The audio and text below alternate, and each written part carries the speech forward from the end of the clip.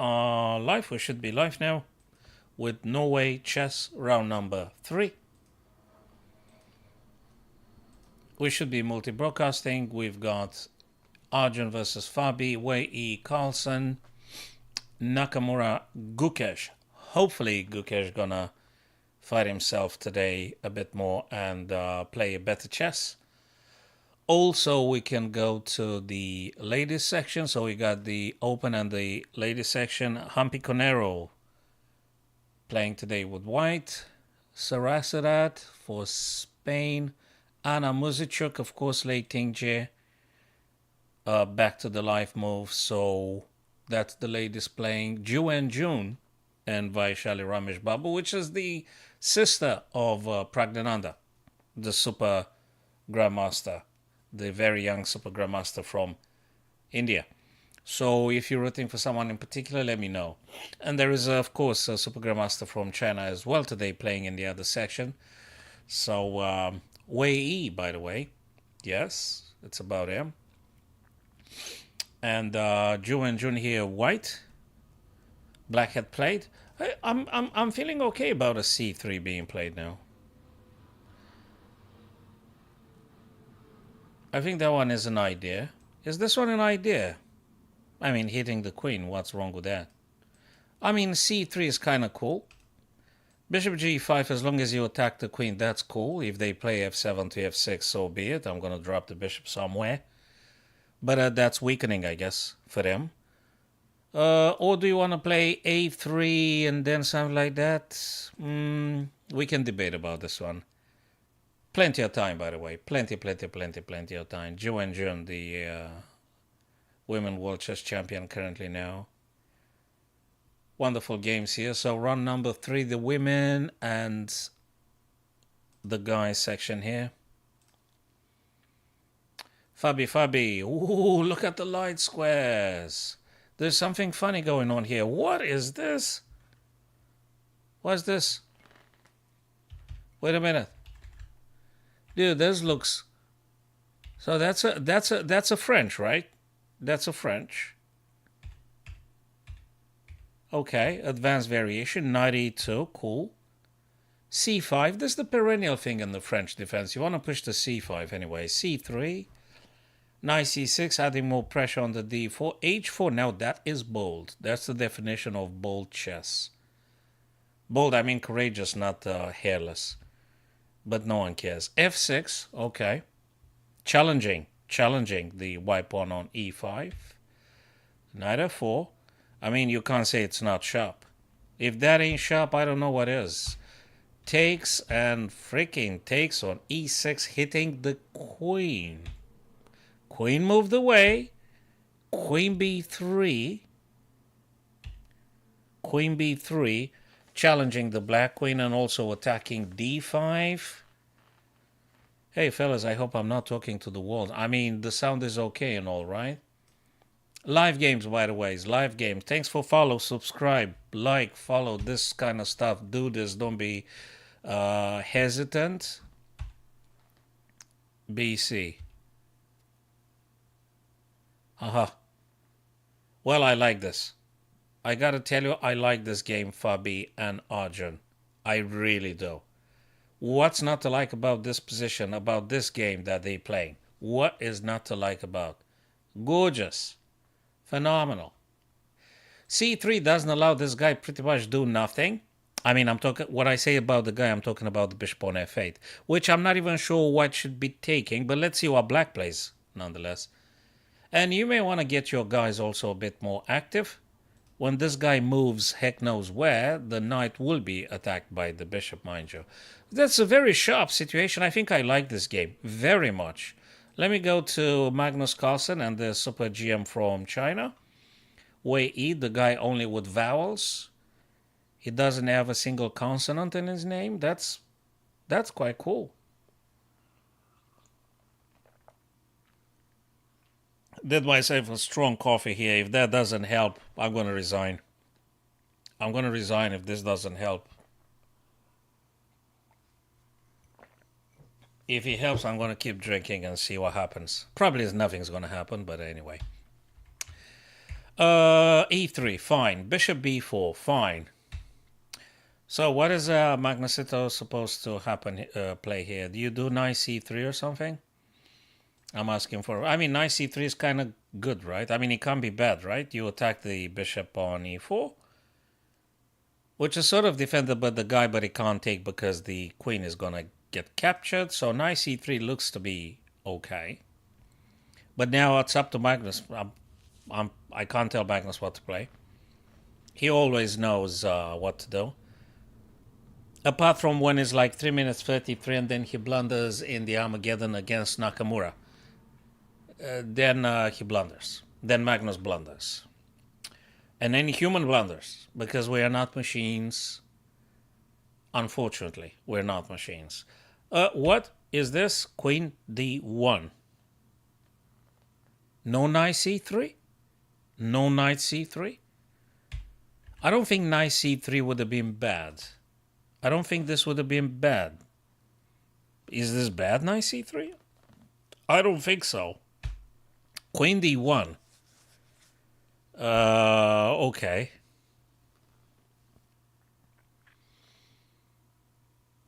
All right, fine. What's this Queen D1 stuff doing here? Is he intending to go Queen B3 or something? I mean, okay. I'm not getting the last outcomes of this intention, Queen D1. Okay, we'll see. And now back to Guki. I hope he recovered. I really hope he does good chess today. But he's facing none other than Hikaru Nakamura, number 2. So what can I say? I really wish him all the best and good moves and resilience and mental strength and mental stamina. Chess is incredibly consuming energetically. It takes away all your stamina and you put up an effort of continuously thinking 4 hours, you are shattered. And then you blunder at the end, you're going to be almost dissolved. So, very tough game, chess. Very, very tough. Not for relaxation. So I'm always saying to the parents, chess is not for relaxation if they're looking for relaxing their kids or no, that's not for relaxation. You got to do yoga, you got to do breathing exercises and stuff. That helps. Chess is not for relaxation. It could be entertaining if you just do the puzzles.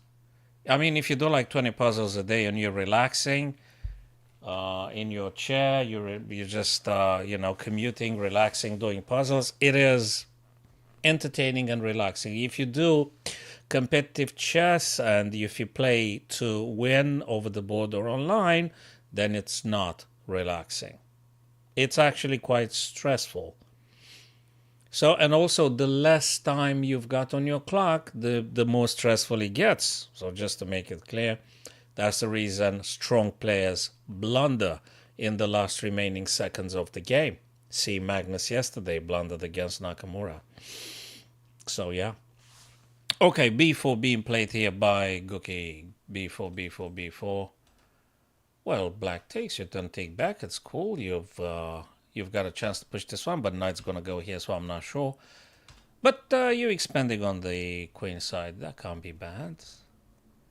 And because there is no light square black bishop, I think the white queen dreams about going to b3 and attacking like this. I think that's a good idea for white to play. Queen d1, queen to b3, you attack e6, that's where the black king is. I don't think this is a bad stuff to do for white. I don't think at all. It's quite cool. I like it. That is good. That's where I would put my queen if there's anything to do. Any other breakthrough with the pawns in the middle? I think this one for the time being, and then we'll take it from there. Let's see. e6 is a weakness for black. Let's put it this way. The black pawn and the square on e6, it is a weakness for black. And I'm pretty sure Gukesh gonna go for that weakness. He is. How is black supposed to defend e6? Well, with the queen. With the queen. And let me give you another idea. I don't know how, but if this brave knight on f3 would make it on g6 would be killing. How you gonna get there? Again, I'm not sure. When you find the right sequence to jumping h4, but it's risky business because knight takes e4, so I don't know what you're doing. But knight ideally would like to get to g6. How? Well, we'll see about that. Any other crazy stuff? I mean, queen b3 to getting to e6 makes sense, don't get me wrong.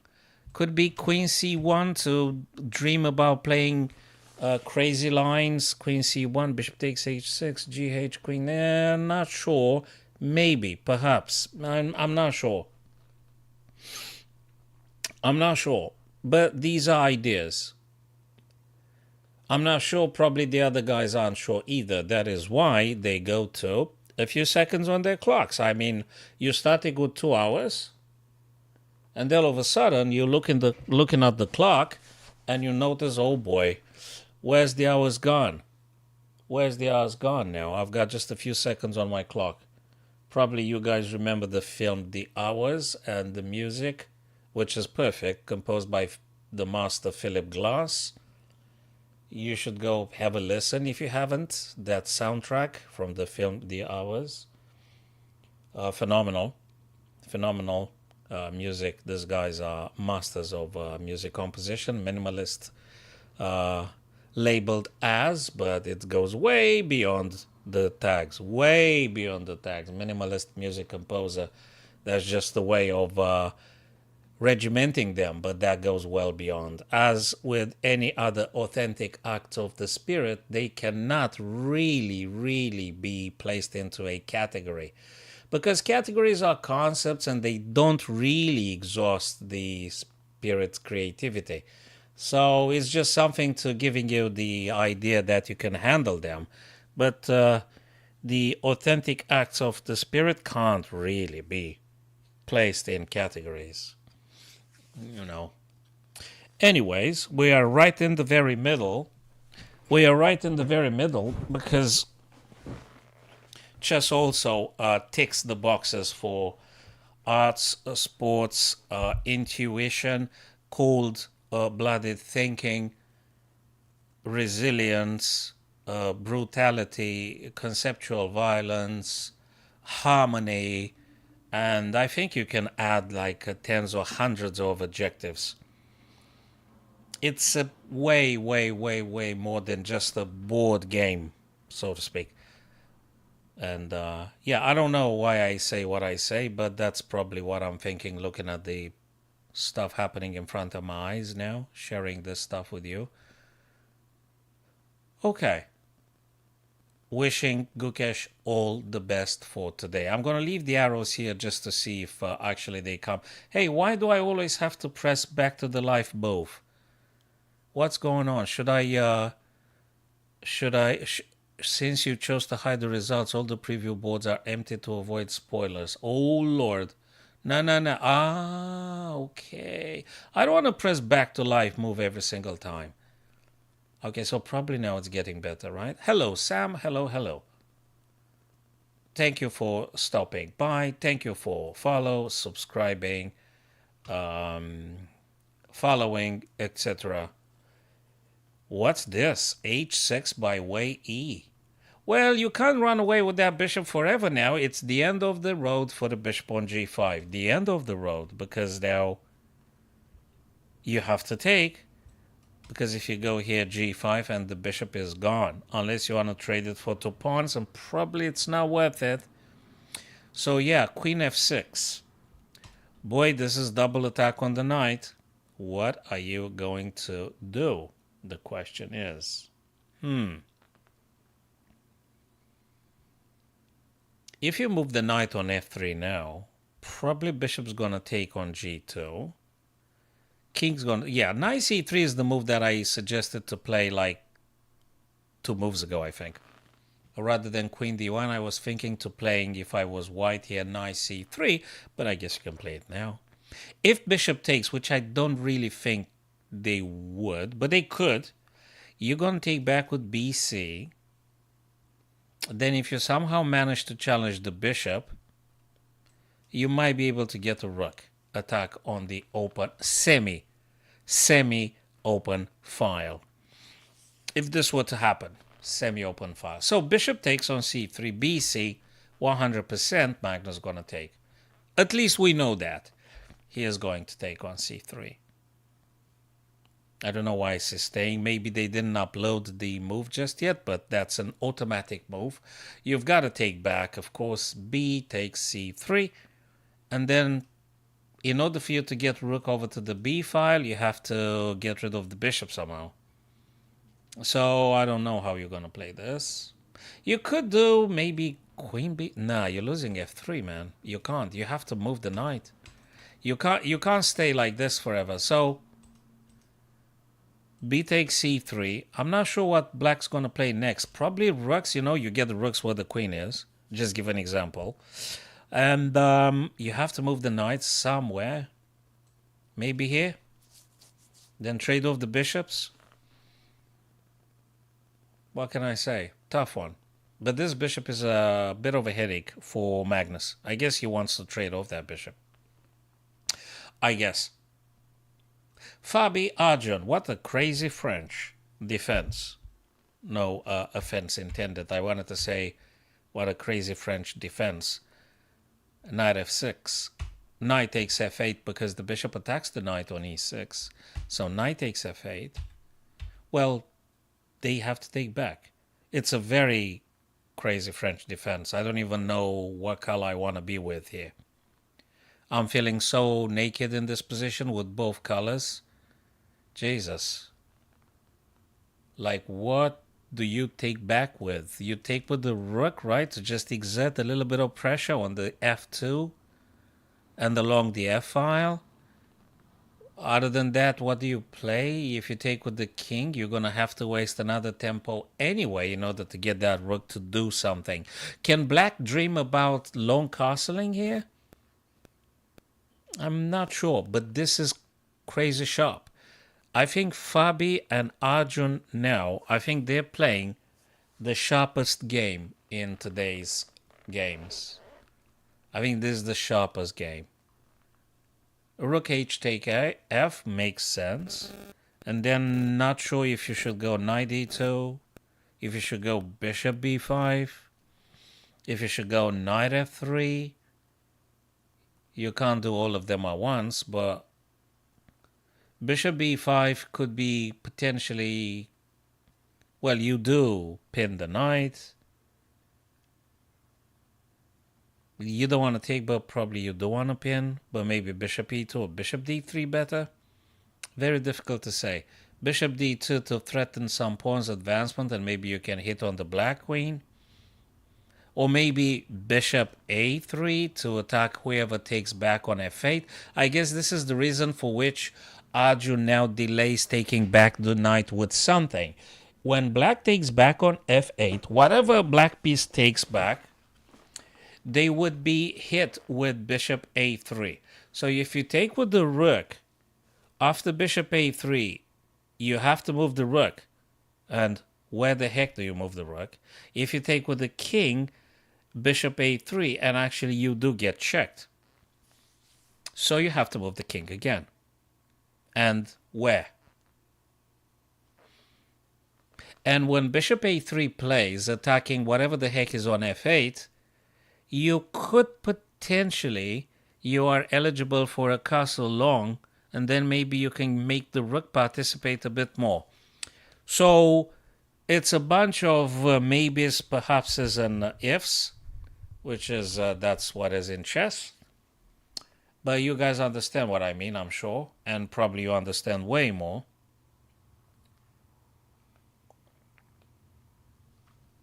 And it's good to do these exercises, I guess. Some folks say that the brain is aging slower if you dedicate your thinking to chess and you think. That's what they say. Some neuroscientists, I think they threw a study here and there. We need to browse it and see if it's true and what university, what was the study about. But I think I read this somewhere. It has emerged. That's the opening sentence in very many articles. It has emerged. Stuff like that. those phrases. Whoa, where's here is the board. Okay, cool. That is Fabi Arjun. Arjun, I think it's not very comfortable. You can't be comfortable in this mess. I mean, who the hell is comfortable in this mess? I guess white is a bit better, tiny little bit perhaps. Unless this is so this is move number 13. I don't think Arjun prepared this sideline in particular, because if he had prepared it, he would have moved already. But he hadn't. So he's thinking, as we do think right now ourselves. Okay. Bagnosito way E. BC3. Of course, BC3, man. Of course, BC3. And now what is black going to do? Well, I think bishop h7 would be something. And I'll tell you why. But also rook fd. Candidate moves. Well, you can play bishop h7 later on if you really want to preserve the bishop. Bishop h7 would be the message, would be the idea that you want to keep the bishop to guard over b1 so that no rook goes over to the b file. That's an important square, and actually would be a launching square for the rooks to attack the b7 weak point, together with this guy on g2. So all about the connections and the attacking squares and defending and weakening and strengthening and this and that. So bishop I'm not sure it's necessary to play bishop h7 now. Very difficult. Rook d8, I don't think that's a bad move. It can never be a bad move, rook d8. Or maybe you should play the other rook. But hell, what about b7 in principle? So maybe rook a b8? Just saying. But who's attacking you? Oh, I mean, it could be a queen b3, right? Difficult. And time-consuming as well. Rook fd8, maybe. Bishop h7, not necessarily. But it could be taken into account. I like it. Going back to Gukesh and Naka. b4 fine. b6 okay. Knight c4. A temporary provisional outpost for the white knight on c4. What else do you want to go with that knight, by the way? I see. For the time being, a little bit, the knight on c4 and the knight on f3, they're attacking e5 in case that black wants to push that pawn. Perhaps it could be a little bit of pressure on the e5, like this. So maybe makes black to being reluctant to push d6 to d5. Maybe. A little bit. Maybe. Yeah, definitely there is something about this. I guess you can play queen b3 later on anyway. e6 is a weakness. I think I did say it a few times. e6 is a weakness. A weak square, weak pawn, a liability for black. Black will have to put a queen to work to protect e6. Okay, not to blunder knight c4 or anything. So yeah, playable, difficult. I'm hoping and I wish Gukesh all the best in today's game and the rest of the round. The guy is so young and he achieved so much. He achieved so much already being World Chess Champion. So he's got all the best future ahead of him. Wishing him all the best. Let's visit quickly the ladies here and see what happened. For instance, Juan Junan Vaishali Ramesh Babu, who's the sister of Pragnananda Ramesh Babu. Can you imagine this guy's playing chess at home and advising each other? It's great chess family over there, Prag and his sister. Fabulous. Whoa. Okie dokie. This guy looks like a super poisonous pawn. Am I right? What the heck's going on here? What about the b7? Is it poison or my thinking is poison? Queen takes b7. Rook plays here. But yeah, but knight, right? Queen takes b7. Knight has to go. Where? Maybe nowhere, because you're going to play queen d7, right? And then the rooks are going to move over to b file, and then you may have some pressure there. Okay. Okay, maybe. Maybe c3, fellas. Let me tell you something. c3 feels the move that takes very many stuff here. Wait a minute. This guy is a little bit hanging again. The d pawn. I mean, queen takes. What's going to happen next? Bishop takes? Really? What? So queen takes here. Bishop takes. Queen takes. One of the two rooks takes. You take.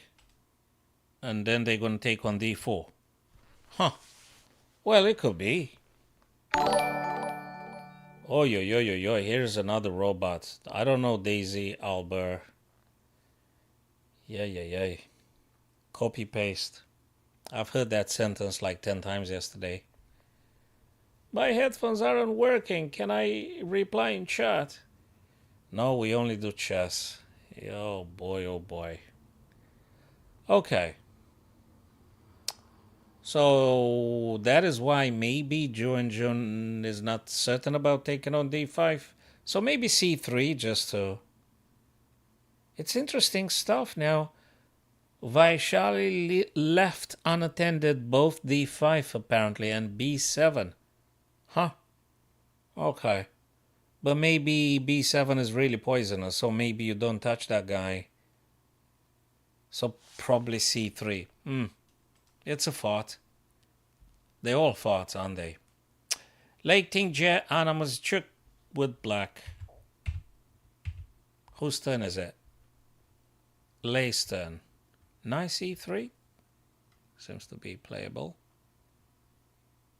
You have to develop. I'm looking for developing moves. Knight c3. I mean, what's wrong with knight c3? I mean, what else do you want to play? Like, can you do bishop here? You kind of can, but the guy can just move. I mean, she could just move the knight. Either way. g6 or c6 or something. Okay. Possibilities. Maybe. Developing is always good. You can't go wrong when you develop pieces. So probably we should develop. Is there anything good about queen to d4 attacking this guy? If they go g6 or c6, we go queen b6. If they take and you take, is it good? Maybe. Knight c3. I like knight c3. I don't think there's anything bad about. Bishop here? Yeah. Maybe more. But black has the castle too. Black has the castle as well. We'll see about that. We're gonna perusing through the others. Okay. The crazy French. Knight takes f8. Black hadn't taken yet. Can you imagine Arjun now is wondering, oh man, what do I take back with? Fabi gonna play bishop a3. Oh, look at this. Magnus Way E. Anything happen here? Oh yeah, I did say about... so, BC, knight a5 being played by Way E. Knight to e5. Now, we want to challenge this guy. Definitely. Bishop takes. Nobody king takes. And we can say that actually white can play a rook on the b file. Of course they can. Whoa. Black has to address this thing. Gee. They gotta put a rook on the d file. Probably rook on the f. Probably rook on the f. So black's going to respond rook f d8 very likely, and the other rook going to be used in order to move it on to b8. Just defending this guy a bit more after black knight goes c6 or something. There you go, rook fd8, exactly as we said. You gotta play this. And now rook ab1 I would suggest here to Magnus. Well, he doesn't need me for this suggestion, but just it's a way of expressing. Rook ab1 I would play. Definitely, I think that's a good move. You keep pressure on this one. So they have to play rook ab8 or something. I think b6 is not really an idea because you're going to play some queen d2. You're going to push this guy and, well, you don't take the knight, but it's a pressure along the b file. It's a semi-open file, and we do want to get our rooks on a semi-open files or open files for sure. Also, you may want to move that queen away at some point because c5 is coming. You can't take. You can't take, but move the queen away anyway. I think it's very good prophylactic, and it's very good to move queen away whilst you can. So maybe queen c2 or rook ab. Which one is it? One of these. Queen c2. Can you do queen e2? Or do you want to go with the draw intentional queen f3? What if Magnus pulls a queen f3 right now? And black takes and white takes, and that's that. 3-4-7, 4-3-7, and then draw. You know, Magnus has an issue with playing classical time control and stuff. He gets bored to death, so he probably gonna. Hello, Sam Google. Thanks for your ideas. C3. Let me figure out which game in particular you're referring to, Sam. Sorry, I was just visiting all the games and probably I missed the position where you said about the C3 being slow and this and that. I don't know what Magnus gonna play here. Queen f3 would be a very clear signal for draw intention. If you want to play something else, probably you very wise to move the queen away from the d file. Oops, that's now what happened. This one, if you want to move the queen away, because that's a problem. Rook ab1 in principle always a good stuff to do. So yeah, you can consider this stuff. I didn't look at queen h5 or queen g4. I don't know what's with those. Maybe it's something, but I'm not sure. Probably. We can debate about where should the white queen go. We can debate on that. I don't know what the white queen is best square. But what I do know is that very recommendable moving queen away from the rook's file. So move that queen away somewhere safe and we'll take it from there. Gukesh Hikaru. A tiny little adjustment. Queen to e8. That means after bishop here, this guy is defended against queen b3 attacking. If that's what you want to do. But you can't play bishop here because this guy is hanging all day. What the heck is with this move? Queen e8, I wonder. What's with this? You know, looks to me that if you push now b4 to b5, if you were to just push that pawn, you either send the black knight on the back rank, which is a bit painful for black here. Them having to do b8 or d8, I think it's a pain. And you present them with the other option to go knight a5. And you know what that means? Knight takes, pawn takes. And it might be better for white after this guy goes c4 and the bishop hits them. So this little detail, I think it's definitely worth investigating. Right now, Gukesh's turn, and I think b4 to b5 would definitely be an idea. It'll definitely be an idea. You give black double pawns and an isolated guy on the a5. It's something, right? So that's important. And I'm happy to see that actually Guke has 1 hour 40 minutes whereas Hikaru 1 hour 24. So he moved a little bit faster than Hikaru in this game. This move, Queen E8, I'm not sure exactly I grasp all of its meanings and stuff. What's that doing? Is Queen E8 kind of like trying to not allow a knight to move to G6 at some point or something? What's the thing with Queen E8? You want to go here? I mean, okay. I'm not sure I'm getting the Queen E8. But anyway, if it's white, probably B4. I like the B4 idea. I've no clue what the engine would think about this one, but I'm being a human, so... Even if I wouldn't want to be a human, I'm still a human. It don't matter what you want.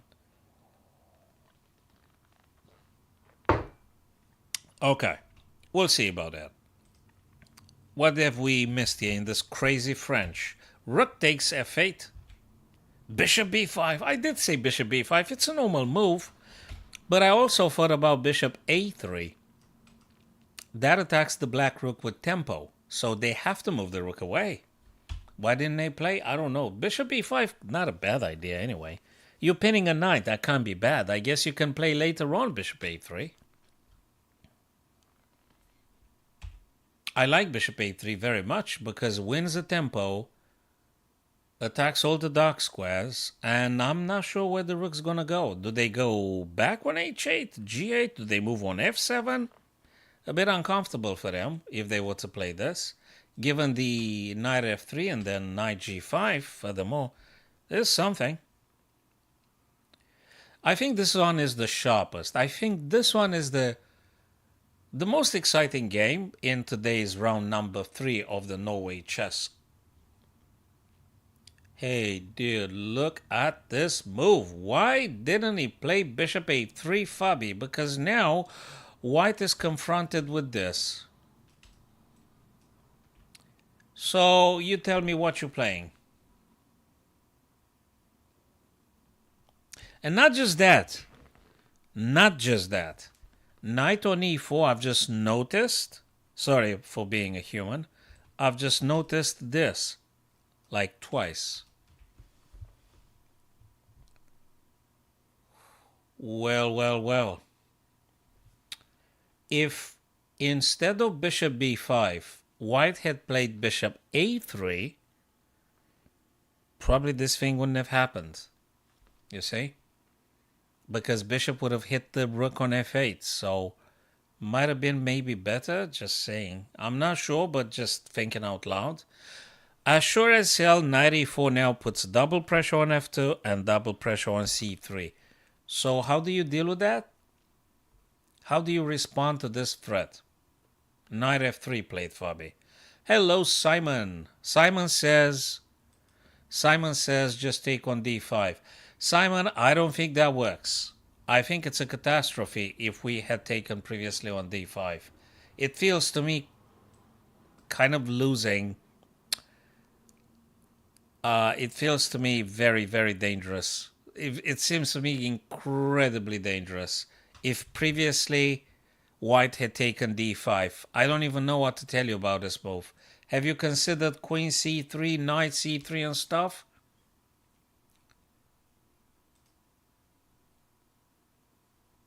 It's not the move that you could just play it, Simon.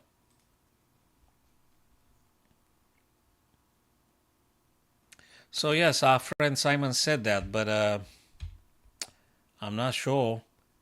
You also, yeah, f2 is a big problem also for Fabi here. So knight f3 blocking at least the rook from attacking f2. And you develop. c3 though is hanging. c3 hanging, right?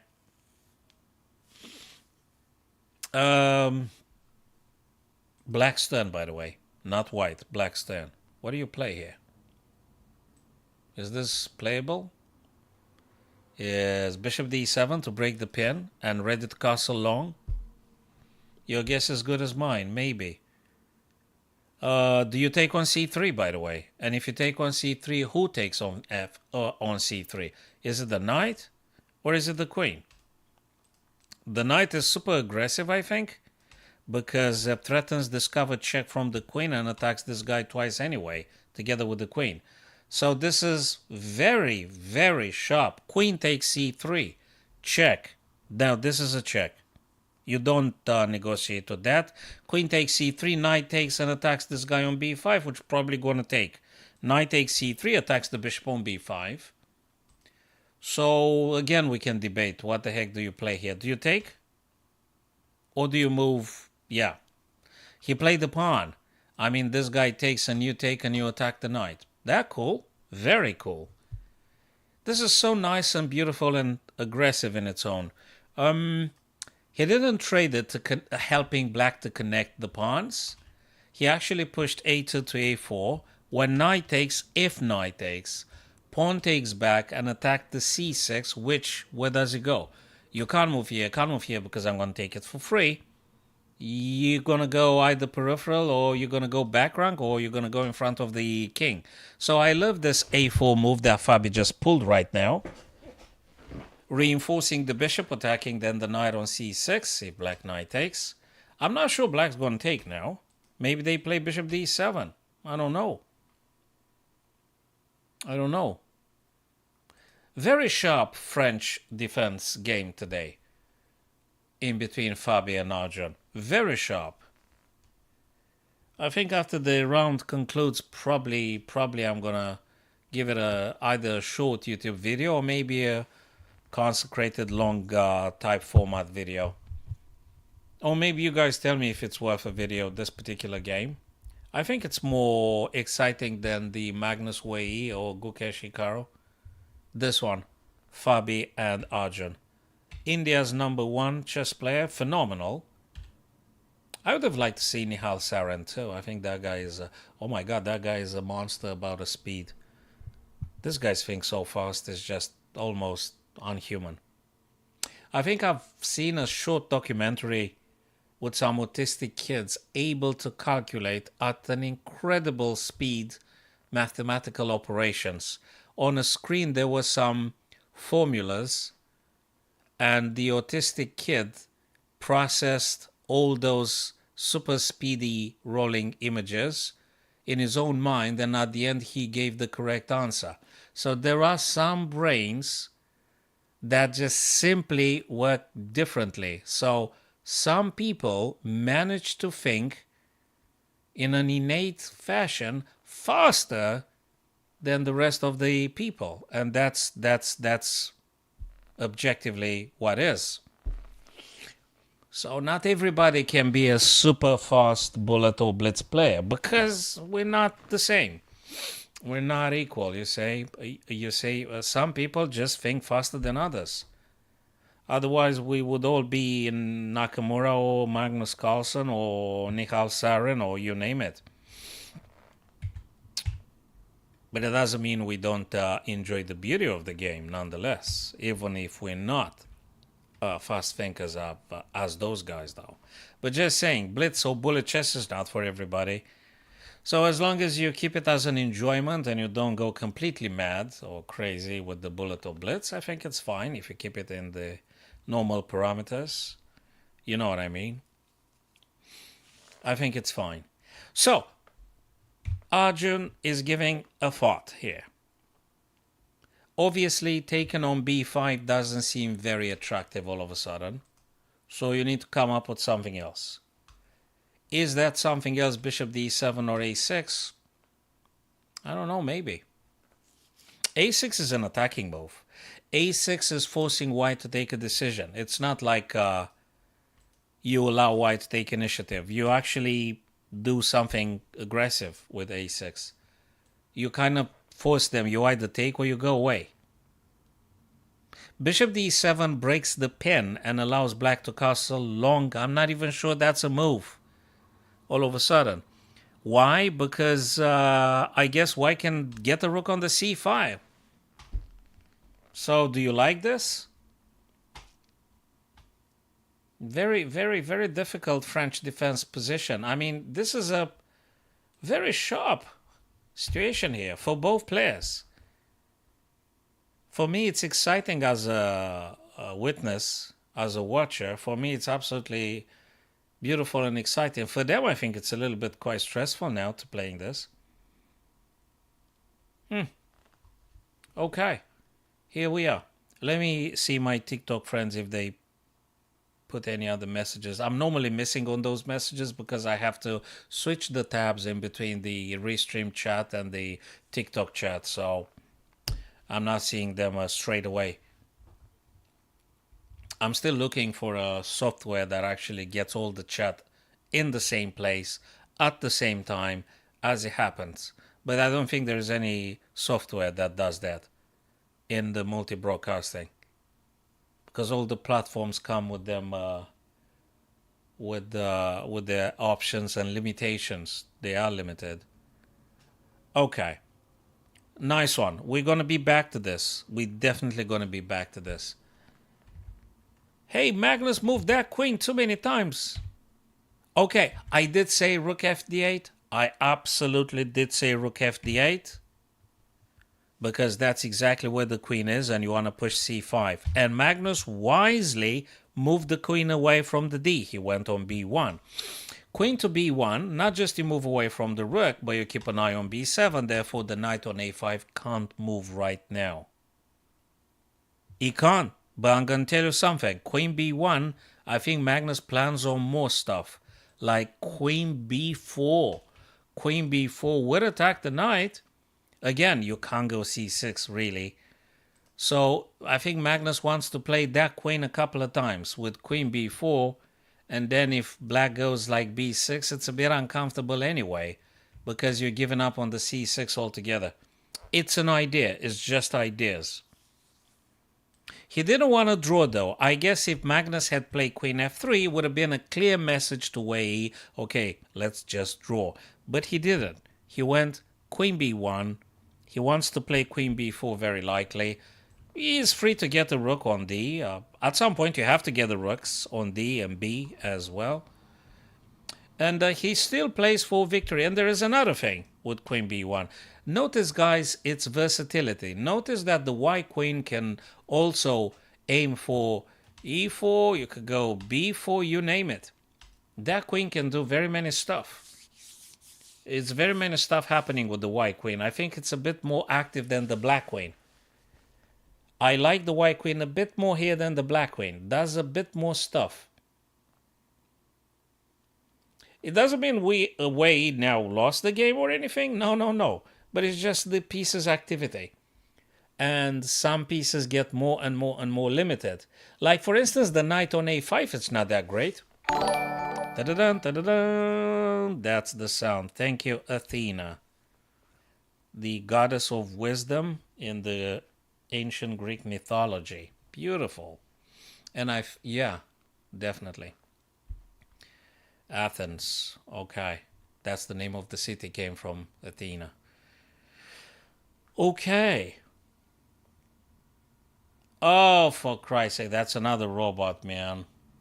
Your headphones don't work, and can you reply in chat? And oh my God. I don't know how to blocking these spamming accounts and fraudsters. I don't know how to block them. I don't know. What the heck do I have to tell to Twitch to not allowing these guys to pestering our streams with this scamming messages and stuff? Gee, man. I guess that's something that all the streamers have on their stream. But anyway, I've learned to recognize them straight away. Yeah. Right, so the knight on a5 is not a great knight for Wei Yi here. I don't know how he is going to do something with a knight. I'm not sure how. I'm definitely not sure. So it's a bit better maybe for white. It gotta be something here that you could engineer. I'm not sure if you should do b6 now or not. I'm not sure. We can debate on this one. Back to Gookie, and hey, finally the move that I have said. You know, guys, last time here when I visited, I said b5. That sends either the knight away or the knight's gonna go on the rim, and we're gonna take knight a5, an isolated pawn and weakness and stuff. b5, which Gookie played. Knight to d8. This is a bit painful for black, I'll tell you now. This is not very pleasant to having to drop your knight on the back rank. I mean, white takes a lot of space, that's for sure. But this black knight has to do some extra jumps. Like you gotta go with the knight in order to move it to go somewhere, but where? I think maybe, just maybe, Guki has a bit more wider range of options in regards of this piece's deployment. I think he's got a bit more initiative because he's got a bit more space. White here. I think black is a bit more limited and is just crowded there, but you don't have space. And you got to keep an eye on the e6 weakness, which is this guy here, which white could potentially attack with queen b3. Just drop this knight here, then here, then here. And so, it's good, and because it's a pin, you might be able to also jump in here. If the black king still is on the g8 square. No, he goes for the pawn break in the middle. If you guys got time and interest, there is a video I've uploaded on YouTube and TikTok and Facebook about the pawn breaks after the development of your pieces. So that's on the exact theme. Pawn break. Further expanding. I like his aggressiveness. So he didn't go with queen b3, sort of Tigran Petrosian closed position and stuff. He goes full opening in the center. Bang, exploding the pawn center. Okay, let's see what's this now. How is it going to happen? So white king is better than the black king because I don't like this diagonal for black. White king is better. We're doing better with white here. A little bit better with white. Not too much, I guess, but a bit better with white. Now, this is very freaking complex, d4. This is very complex. I'm happy, though, Gukesh didn't spend like 1 hour to playing today.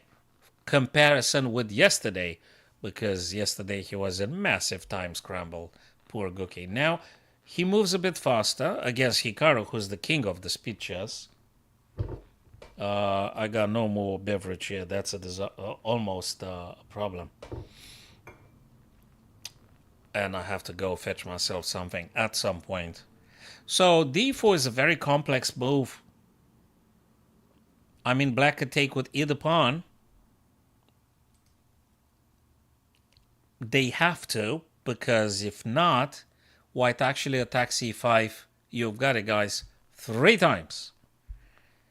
Unos, dos, and tres. That's the only... That's maximum I can count in Spanish. So 1, 2, 3, and black is defending 1. So you better take, or something gonna happen, and you won't like it. Da-da-da, that's the sound. Thank you, Dimitris. That sound like a Greek friend. Thank you, my friend from Greece. D4. D4. Well, black has to take. On the other hand, you're thinking, if they take with a C, and you take back with a C, maybe this guy gonna start dreaming about something along this diagonal, but look, black has to do something. They can't lose on e5. And you can't even push, because if you push, this guy gonna take on e5 anyway. And practically you're sort of losing. So black has to now decide which pawn takes back with, this guy or this guy. And there is more to this. Slowly, slowly, slowly, white opens up the stuff for attacking the d6 critical square, where the queen is, and the diagonal leading to the black king. So this is actually getting a little bit challenging for black to uphold this situation here. And the knight is on d8, a bit suffering there. blocking the rooks and everything. Naka does not have space, and options are limited. That is okay. Cool stuff. I love it. I love it. I wish sincerely to Guki all the best today. Maybe he turns the tables. Maybe he gonna get more confident. If he wins against Hikaru, that's great. Let's see though. It ain't over. Magnusito, Queen B1. Queen B1. Oh, he didn't move nothing. Wait, he didn't play nothing. Probably he tries to figure out how to do with the Black Knight here. Specifically after this, what's he going to do? So I think he's exactly thinking about this. In the aftermath of this round, if some of the great reporters going to be asking Wei Yi, what was his thoughts, his plans at this moment, I'd really be very curious about this small technicality, which I think it's incredibly important now. How are you going to play against Queen to B4? I'm very curious. And I think Wei Yi himself is very curious. He's trying to find an answer. We're all very curious. Now, the problem is that he needs to find an answer. I'm only sitting on my back and watch. And, yeah. Being biased and all. Fabi, Arjun. Hey, I did say A6. Didn't I say A6? I did indeed. I did say indeed. This is directly attacking the bishop on b5. That bishop now, you either take on c6 and you're helping black to protect the middle pawn here with another pawn and stuff, or the bishop's going to go away. But if the bishop goes away, where? You go away. That comes at a cost if you don't take the knight. If you don't take the knight and if you go, say, bishop d3, because you think about taking on h7, which is not a bad idea, don't get me wrong, you also need to take into account very annoying and dangerous stuff like knight to b, perhaps, with the forks and hell knows what's this.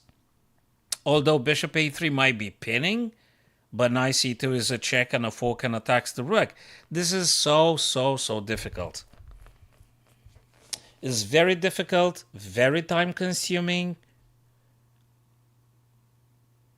And I think that probably is the best way to play chess in the classical type format. You got all the time in the world until you don't.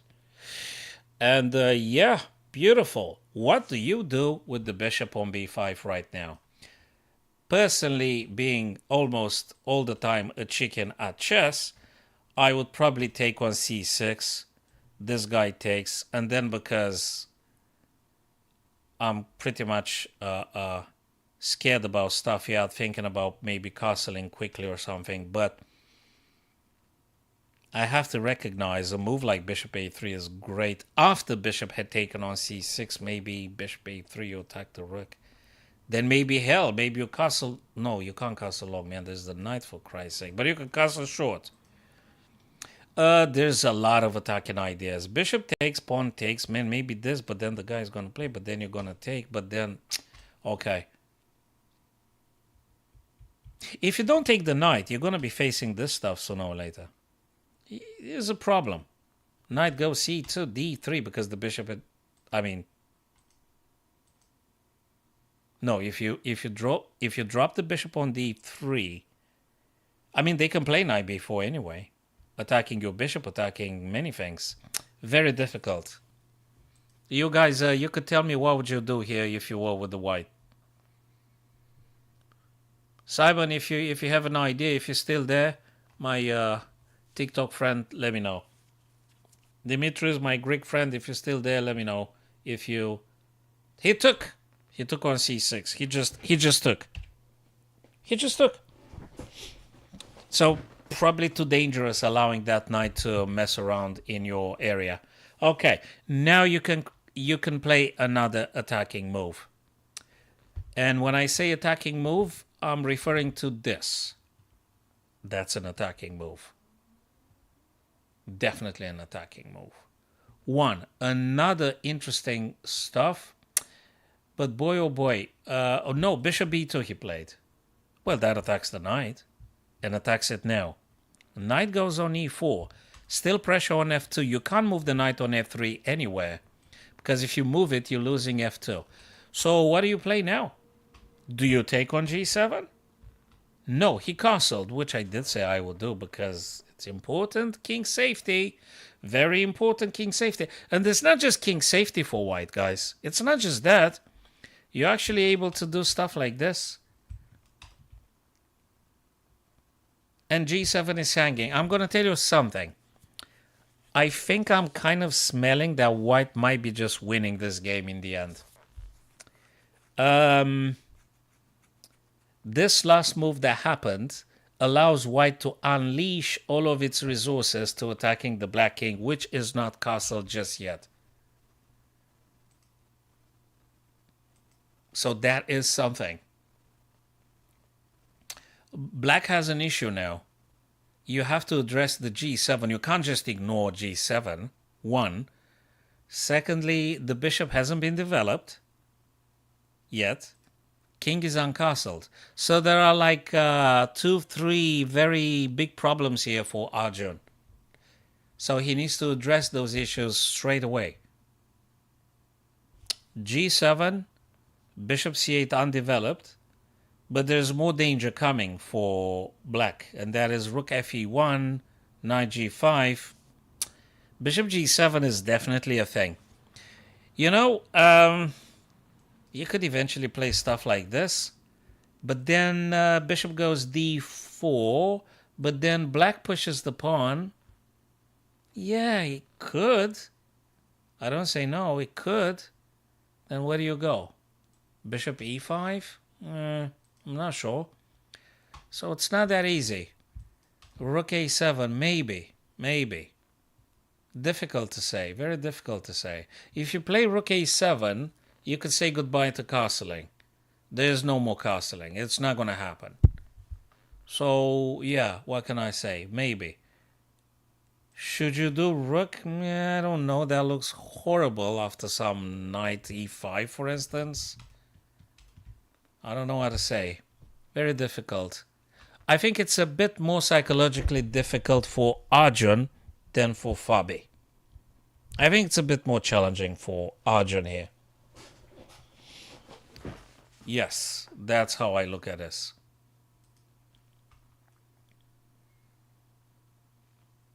And boy, this French game that happened in between Fabi and Arjun is the most exciting. More exciting, I think, than Magnus and Wei, which is very positional, and it's not that thrilling. Gaming between Magnus and Wei is not as thrilling as Fabi Arjun. Not to me. Is very positional here. I guess Magnus is going to be grinding, knowing very well that the black's knight positioning on a5 is suffering. Strategically, tactically, and there is a bit of a massive weakness there looming on the b file, b7 and such. So Magnus is going to go for a grind here. He's probably going to be pulling another victory today, after today's loss and first round's victory against Guki. And as per Guki and Naka didn't move nothing after d4, which is a very complex, difficult move. There's many responses available, and the board is changing with every single move. I can notice for the time being black's position is very crowded, difficult, lack of options, no space. Tough one for Nakamura here. e6, forever weakness. He took with e. He took with the e pawn. He decided to take e d4. Now, question. Yeah, well, cd, right? He doesn't have to take now, though. He doesn't have to take that. If he takes, white takes back, already having added attacking on e6 and then with knight b3 might be an issue. So I don't think Naka going to take on d4 just yet. I don't think so. He doesn't take because he helps his opponent to activate their pieces furthermore. So I don't think he's going to take. What is he going to do? Well, your guess is as good as mine. Maybe moving queen away from the e file. Just give an example and keeping an eye on e6, for instance. So queen f7 is nothing to be proud of, but I guess you just have to play it. I guess you just have to play it. Queen f7. I'm just thinking out loud as a human, and I don't know what else to suggest here for black to do. If you guys have different ideas, of course. Hello, Sabir. Thanks for the question. I don't play the Ruy Lopez very often, but definitely I can tell you it's what Magnus plays and the rest of the gang at the highest level. So Ruy Lopez is and I think statistically is the most played opening. Ruy Lopez, or the Spanish opening, Sabir. So definitely, and the number one top choice for these guys, Magnus and Naka and Fabi and all the rest of the guys, they do play this one the most often. Yes, so yeah. Ruy Lopez Spanish, totally.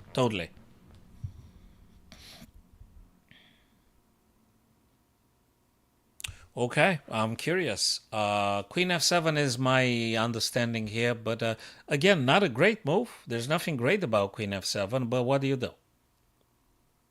Can you create any counterplay or something? Is there anything you could suggest here? Moving king to h8 is... I don't even know what to say about moving the king. Probably not a good idea. If you move the king on the h7, you might be subjecting to all sorts of stuff in the future. If you move on h8, you have to be careful about all sorts of g6s coming. It's just unfortunate for this diagonal. So queen f7, okay. Okay, shall we have a quick look at the latest games here? Okay. Praxista, Vaishali Ramesh Babu with black, and Ju and Jun, World Chess Champion, Women's One Chess Champion. Queen c2, that's not a bad idea. Can't be a bad idea. It can't be a bad idea, it's great. I like that bishop. Black knight on g6, quite limited, can't go nowhere just yet. What do you do with this knight on c6, I wonder? Can you jump around a bit, but where do you go? What's the plan for that knight on c6? I guess you gotta move the knight in order to play some c5 or something? I'm not sure. Maybe you want to just get the rook and sit down and wait and see what happens. Okay, we'll see about that. Do you play g3 here? There's no light square bishop and all. I don't know. It smells overdraw somehow, but I guess the lady is going to push a bit harder for something else here. Probably equal. I think it's equal now. Maybe a bit over plus for white. Slightly. We'll see. Leiting J. Anna. Rook c8. Rook c8, rook c8, rook c8, rook c8. Okay. Rook c8, rook c8. Do you know something? If this knight didn't exist, the bishop on d7 definitely targetable. Could you play bishop g5 to make the knight on f6 not existing anymore? It's just an idea. Is bishop g5 a bad move? I don't think so. I think it's a good move, bishop g5. I think it's a very good move, bishop g5. You are trying to remove the defender of the bishop on d7. So all in all things considered, probably bishop g5 is a good idea. I think so, yes. I like bishop g5 here for white. Late Ting J. Maybe she considers this already. It's a thing. We'll see. Okay. Women's open section. Boy, oh boy. Castle short for white. And last time when I visited, probably, I don't know, 10 minutes ago, 5 minutes ago, can't remember, was the same position. Arjun didn't move nothing just yet. He didn't move nothing yet. Very difficult to play this. Because the question is, how is black supposed to play against this threat? How are you responding to this? So I think it's a bit of a plus here now.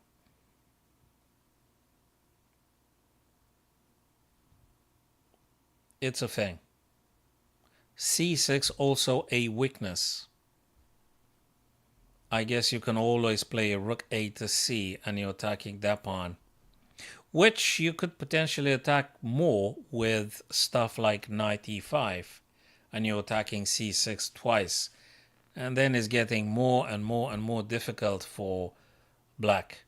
And if you want to throw in some rook fe1, that's getting even more complicated for black. I'd rather have the white pieces here. Fabi played a very exciting, thrilling game today. He still plays it. So that's great stuff from Fabi. Oh yeah. And Magnus played queen b1 and Wei E didn't move nothing. Because it's very difficult to take a decision here. Very difficult. b6, my god, to just prop this knight to stay on a5? Oh, very tough, very tough. And if you don't play b7 to b6, what exactly do you play anyway? Can you play c5 just to really make it funky? I mean, okay, I'm going to tell you something. The more I look at this stuff, the more I think c5 has to be played. White can't take because you lose the knight. And you leave that guy there for the time being. And you get the rook on the c file after c5. And c5 stops the black queen from moving to b4 anyway. So I really think c5 might be the antidote available here to play with the black pieces. What do you think, fellas, about c5? What do you think? Sam, Sabir, Simon, if you guys still there, my TikTokers or my Facebookers, friends and stuff. What do you think about c7 to c5? Stopping queen b4 and challenging the white pawn structure in the center. What do you think about that move?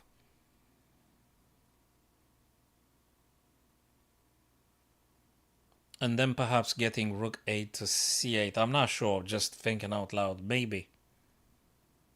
Maybe you've threatened to take, and if they take with a c, you enable yourself a rook on the c file. I guess it's an idea. Probably he's gonna find something. I'm curious to see, though, if he's gonna opt for this. I'm curious indeed. Well, I'm gonna leave the paint on the screen. Let me go to Guki and Naka. And Nakamura didn't move nothing. He tries to find a way to draw something, threefold repetition or something. I'm not sure Guki gonna let this one slip through his fingers. He gonna keep pressing and pressing. He has to. He must. And he will. Okay. You guys won't get very upset now if we go and do a very quick puzzle. At least we try to. And then we're gonna come back to the guys. And then I'm going to fix myself a beverage. Otherwise, I'm not guaranteeing my mental clarity to the very end. Which I'm not sure I'm going to stick to the very end anyway. But we'll take it step by step now. So knight to c4. Last move of black here. What am I supposed to play and when? Could I make the black queen go away from defending the black knight with something like b4? I wonder. Where's the queen gonna go? So that practically white is attacking the knight on c4 twice with the bishop and with the knight. So if I make the queen go away, maybe I'm gonna grab a quality there. So b4, Let's say knight a3 attacking queen and stuff. Yeah, but I take the queen, and when they take the queen, I take with the bishop. I'm ending up with an extra piece. What else is here? b4 is one thing. Now, b4 or knight b3. Is the black queen trapped? No, it's not trapped. Okay, b4 seems to be the case. You have to attack something. So I can't see any checkmate because probably there ain't no checkmate available here now. So I'm really looking at b4 to attack the queen, remove them from defending c4 black knight twice, and then I'm going to win that guy. Okay, if queen b5, hell, we could just push the other guy as well. So sooner or later, White's going to win that piece. Okay, that's my suggested plan. You guys see something else, or you think there's anything else to play now? Because I'm going to play this stuff, and I hope I'm correct. If not, I'm going to lose some points here. You guys see this, right? Yes, you do. White to play. Okay, let's do this. What the heck? Oh, Lord, it's not. Why the hell is not, man? What?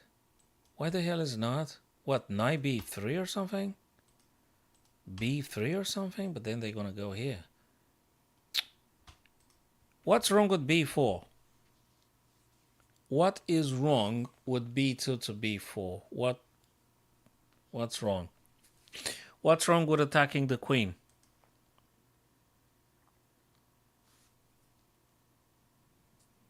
Is there checks here or something? I'm not sure at all. Do I have to play something else first? Like what? Might be starting trading on c4 and then you push on e5 because you've got a battery or something? I don't know. Rookie? I don't know. Double up rooks? I don't think so. Play a4 first, then? I'm not sure. If you play a4, knight's going to take on d2. So whatever preparation you try to do, black knight is going to take your knight on d2. Do you attack the queen somehow? Is there a move this? This guy takes. But I still don't see what's the deal. b4. b4 had been rejected. Knight b3. The queen is not trapped though. They just move whatever. e7, b6, I don't know.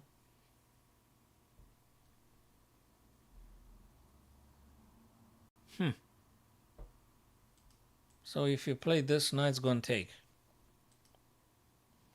Okay, it's gotta be a trade on c4? But why? Knight takes c4. Bishop takes c4. So let me think again. Knight takes here. Bishop takes here. And then?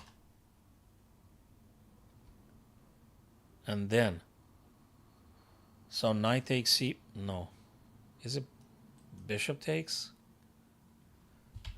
So it's about winning extra piece, but you gotta play the correct trade.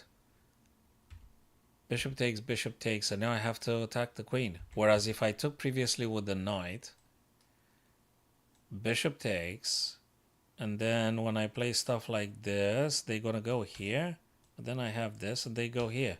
So it's now working.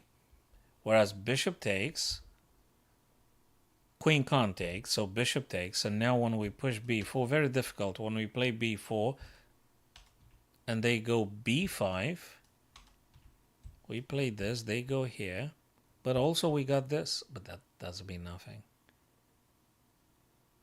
It's gotta be b4, right? Oh, you're kidding me. Wait a minute. Knight takes, queen takes, no. Is it this? Oh my lord, is rook f5? It's rook f5. It's rook f5. Very difficult one. So rook f5 and queen has to go. He can't stay on the b5. The other one, still not good enough. This one is not good enough. Because b4, queen here, you push, then they go here. It's not good enough. You push, they take, you take, they take. It's not good enough. Rook f5 really makes queen go away from defending the bishop. There's no defense against rook f4 to f5. There is no defense. There you go. Difficult though. It was difficult, and probably the other lines were maybe the second, the third line of the engine, but definitely not the best move, not the correct one. So yeah, tough one. Tough one. Okay, what do we do here? That's a discovered check. I could see I'm winning a rook straight away, right? With this check here. You're winning a rook straight away. Is there checkmate actually? Because I would say, yeah, sure. Go take a rook. Yeah, take a rook, sure. Is there a checkmate though?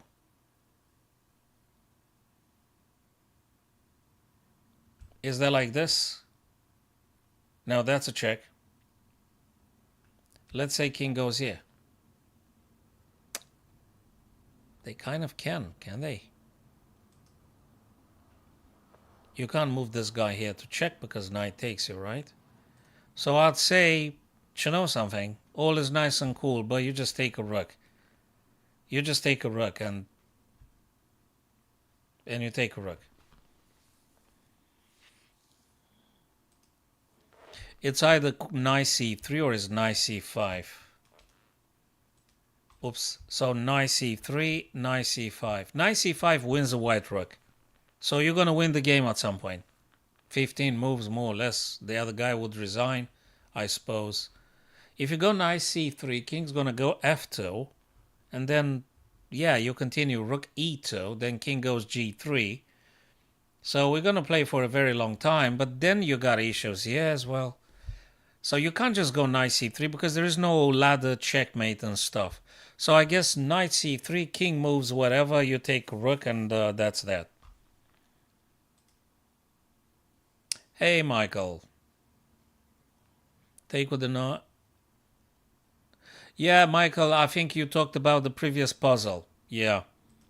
Thanks for liking the Tobago. Thanks very much for liking, following, subscribing. Appreciate it, guys. Don't be hesitant. So then again, winning a rook is winning a rook. And you're gonna win at some point. But the engine says no. The freaking bloody engine. What is it? Knight c3? Not even that. Can you believe this? It's not a discovered. Wait a minute. Have I exhausted all the... How come it's not knight c4? What's wrong with knight c5, for Christ's sake? You're winning a rook. That's a check. Knight takes. What? No, you can't do this. Is it this? The guy's gonna go here. Oh, and then you got this, and when the guy goes here, you're actually dropping this. Knight g3. Knight g3. It's actually knight g3, king f2, knight h1. King goes towards your knight because he got no other choice, and then you're gonna go rook d1. Ay. Oh my god, that's it. You see?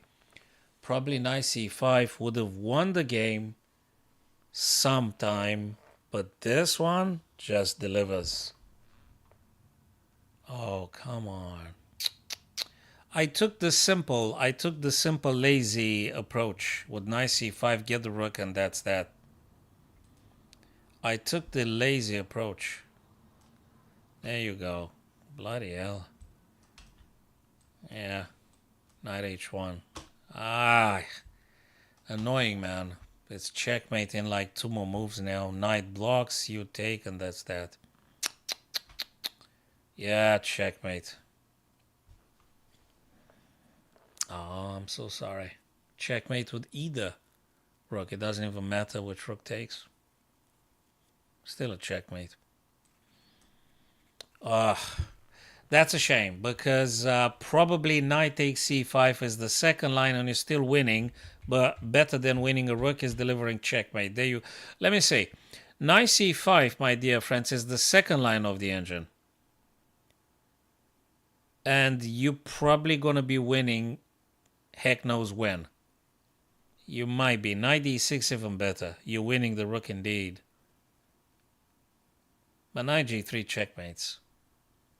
Well, you see, very, very tricky. Very tricky. Knight c5, king f2, knight takes b7, and there's very more complications coming. Very more complications. But then again, knight g3 just goes for a quick win and stuff. Yeah, well, you know. That's that. Watch broadcasts. Let's go quickly now to Magnus and Wei E and the rest of the guys. Norway chess as we had advertised it. So Wei E here played rook c8. Rook c8. I'm going to do something. I'm going to push c5 and see what the engine says about it. Give some advantage to white. Oh, wait a minute. Where's the... Oh, because we ticked them on from the previous puzzles. That's why I'm getting the evolved gauge and stuff on this. All right. Let's do something. Let's tick the thing, man. And refresh the page again. All right. Rook c8. Probably queen b3. Sorry, queen b4, I meant to say. So, what happened here? He took, actually, bishop to b4.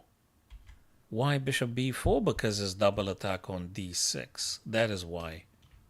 Now, Hikaru took on e4. This guy is crazy. He took on e4 because after rook takes, we do have a fork here. This is, again, a crazy middle game tactics. And now Guki is thinking. He got 1 hour 20 minutes though, so probably going to find something good in the end.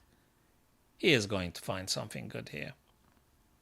Should you take the knight? Well, they just took a pawn from you, and the knight on e4 also defends d6. Should you take with the queen?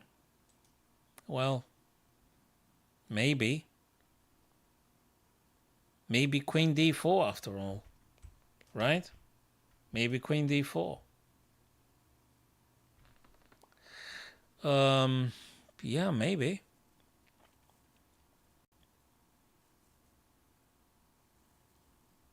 If you take with the rook, this fork is 100% gonna happen.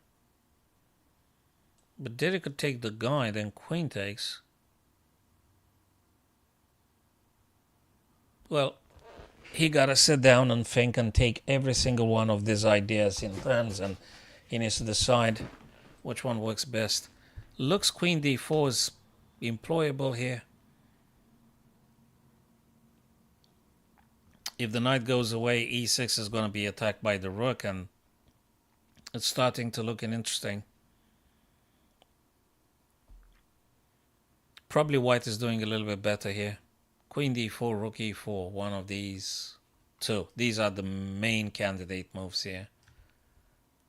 Rook takes, and this one is going to happen. Then you drop the rook, then the guy, I don't know, take your bishop. Thanks for the follow, like, subscribe, and this and that. Ava, appreciate. So, queen d4, maybe. Okay, we'll see about that. We're going to be returning to this game. Curious about Fabian Arjun. That French defense was really leading to super sharp positioning. He didn't defend g7. He pushed the pawn c6 to c5. All in all considered, Arjun has 2 passed pawns. That is a heck of a challenge. Because this guy is going to be moving down, and you have to tread very carefully. These guys are moving down. It's actually the main challenge for Fabi. And now the question is if white should take on g7 or not. You take on g7, you attack the rook. Rook has to go somewhere. Very sharp, very, very sharp position. I like bishop take g7. Yeah, I'm happy with the coverage, Ava Joseph, number 2. Bishop takes g7. Yeah, I like bishop g7 very much. You attack. It's got to be something. Bishop a3? Maybe. Maybe, but the knight defends it anyway. So bishop g7, though, remains the main threat, direct attacking something. And you take a pawn in the process. You take a pawn and you attack the rook. So that can't be bad, can he? Can't be bad. Rook c8 here. He took on e4, Guki. Hey, Ava, thanks for your reply. Let me go back to this. Bishop a3, Ava, I think it's a dead end. I mean, not a dead end, but it's not that forcing. Reason being, it's still a knight here that defends the pawn. So you can't really take on c5. Whereas bishop takes g7, you grab a pawn, and you do attack the rook, you're going to be forcing them to moving that rook. So that's the most aggressive. In between the two, Ava, bishop a3 or bishop takes g7, looks to me bishop g7 is actually the most aggressive move you could play.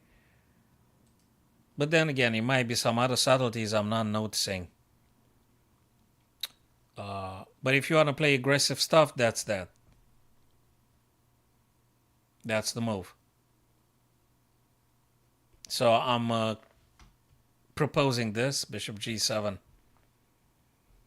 Then rook has to move and you get to move again. So you do have initiative. I don't think Arjun can ignore bishop g7, Ava. He can't ignore bishop g7. He got to move rook. So then you move again. No. He plays rook fe1, which in itself is never a bad idea, playing rook on open files. There is no pawn in between the knight and the king. And then, Ava, we could investigate maybe bishop a3 again. Because, well, hell, I think he wants to do totally differently. You know what he want to do? I think he want to do something like this. Knight is pinned. Knight d2 wants to challenge this guy. So I think Fabi had a different plan. I'm not sure bishop g7 would have lost, though, or it's a very bad move. But rook fe1 definitely is an absolute pin, and probably wants to come back, wants to follow with knight d2. So, but one may ask, okay, but then maybe you're helping black to play bishop f5, for instance, but then we've got f3, actually. So then you're going to lose a piece. So practically, rook fe1 and knight d2, it's quite aggressive as well.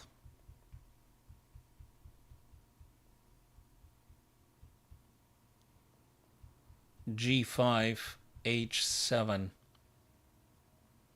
You're talking about this particular position, Ava?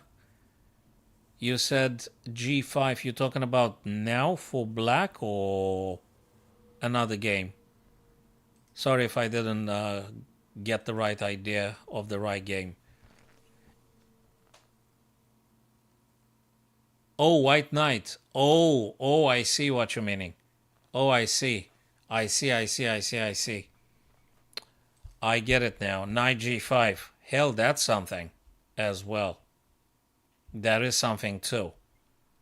Yes. Thanks for your suggestion. Indeed. Is something. But I'm not sure I want to go for the h7, Ava. I want to take on e5. If I can. I'm not sure knight d2 or knight g5. I kind of like them both.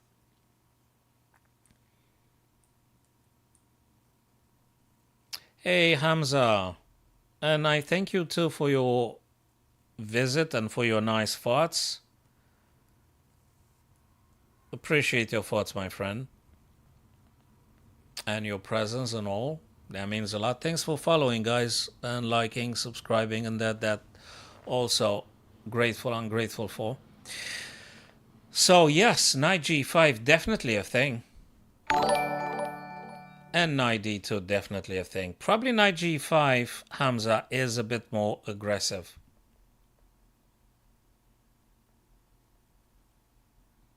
So your idea, I think it probably ticks more boxes than knight d2.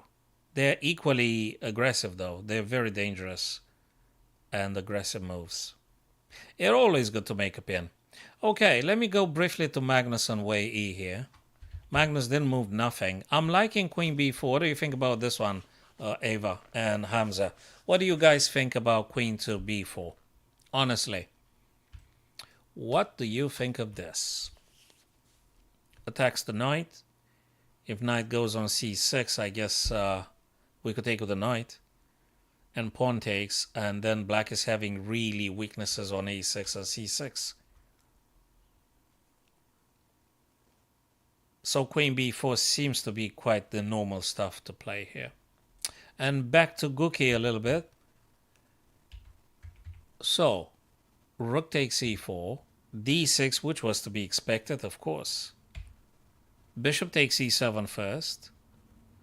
Took a piece and attacks the rook on f8. Queen takes back, and rook takes d4. And now pawn takes. I think that might be probably the very first round for Guki to have big chance to winning. I'm liking rook d7 tremendously. I think it's very good stuff to play. Also, taken on c4, it makes sense. But if you want to get power over the 7th rank, you have to push it, right? You have to play this, I guess.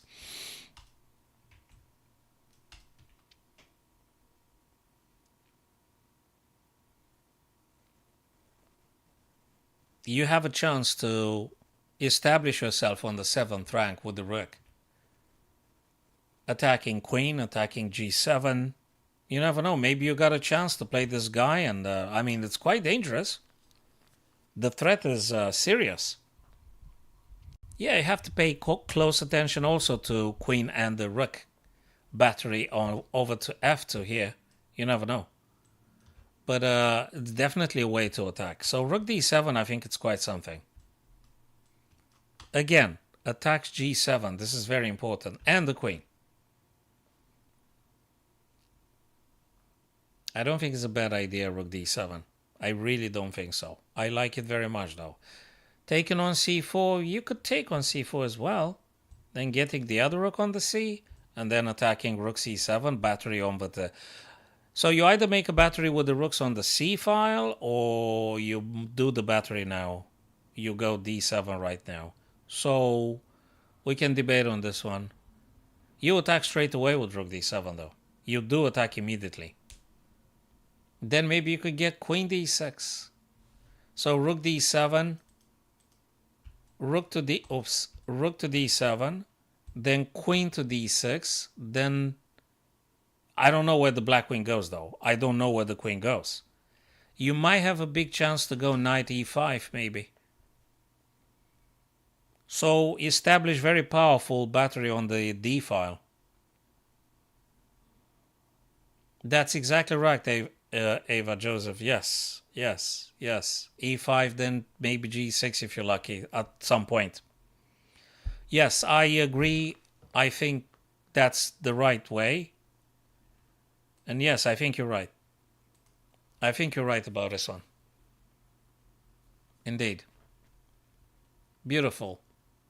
So, guys, look at this. Rook fe, bishop f5. And now white's turn to play. It is to be seen if... Hamza, yes, I think you're talking about the Gukesh and Nakamura. Yes, free pawn is a free pawn, but that one is the aggressive approach, Hamza. Yes, I agree, my friend. Yep. You go knight g5, you kind of can. But let me tell you something. I kind of inclined to say knight d2 because I want to play f3.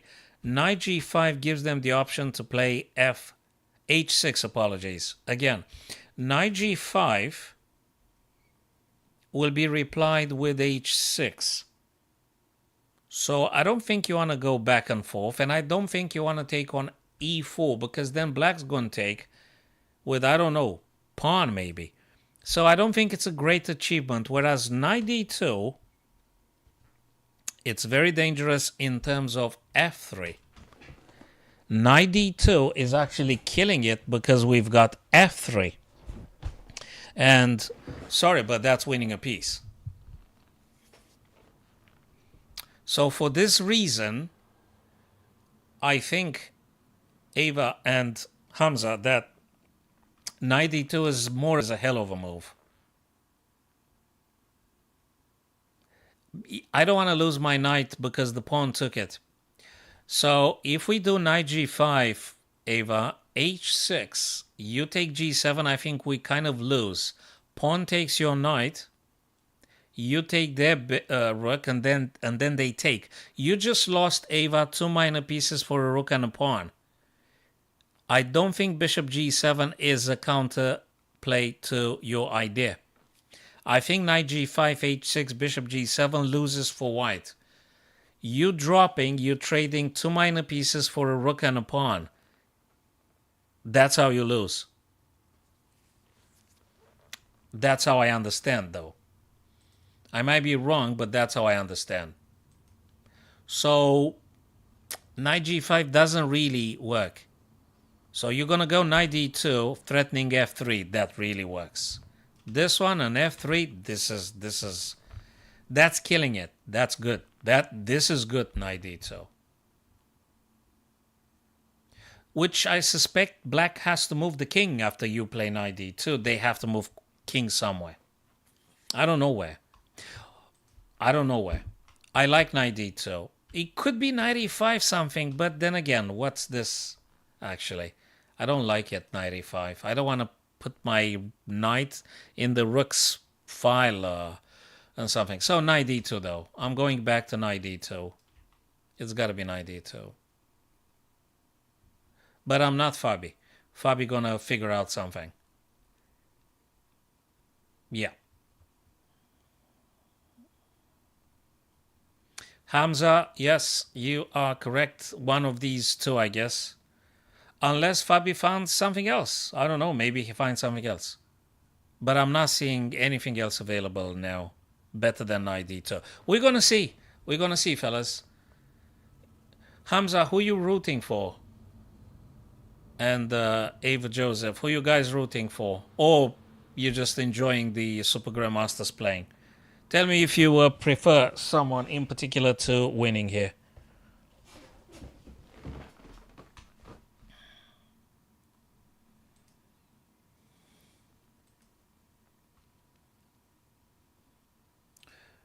Back to Magnus. Rook fd1. Yeah, sure, of course. You want to get your rooks on the d and... Well, what exactly does that do, though? Rook fd1. Why? Well, okay. It's a positional maneuvering or something. It's not clear what's exactly the stuff with rook fd. It's a grinding type of move. I mean, you just move rook on the d file, sure. It's a semi-open file. You get behind your pawn. Maybe you want to play c4 and d5 or something? It's an idea. I thought you're supposed to go queen b4 here to attack the black knight. But I guess he could also play c4 and d5 though. So Joseph, you with Fabi there. Yeah, me too. I think Fabi kind of deserves to. Magnus and Hikaru, Hamza. Cheers, brother. Thanks for this. So you Magnus and Hiko. Okay, let's go to Guki here. But Hamza, I think probably you can agree that probably Gukesh here has a bigger chance to attacking a bit more, right? I mean, this one, I think you agreed yourself a couple of minutes ago. You said that rook d7 is the stronger approach. Not like Hikaru's going to resign, but definitely it's a stronger approach here. Now, let me go back to Fabi because Ava proposed something. d5 will abandon the knight plus pin the rook. d5 will abandon the knight plus pin the rook. You're talking about knight d2? I'm trying to follow Ava's thoughts about the current situation here in Fabi's game. Hey man, what's this thing on?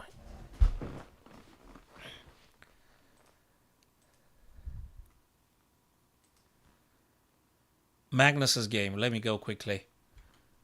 So Ava says d5. Oh, right. So I get what you're saying. So f4, then c4, then d5. Although maybe a bit too wild. Weakening e3. But then again, who's attacking e3?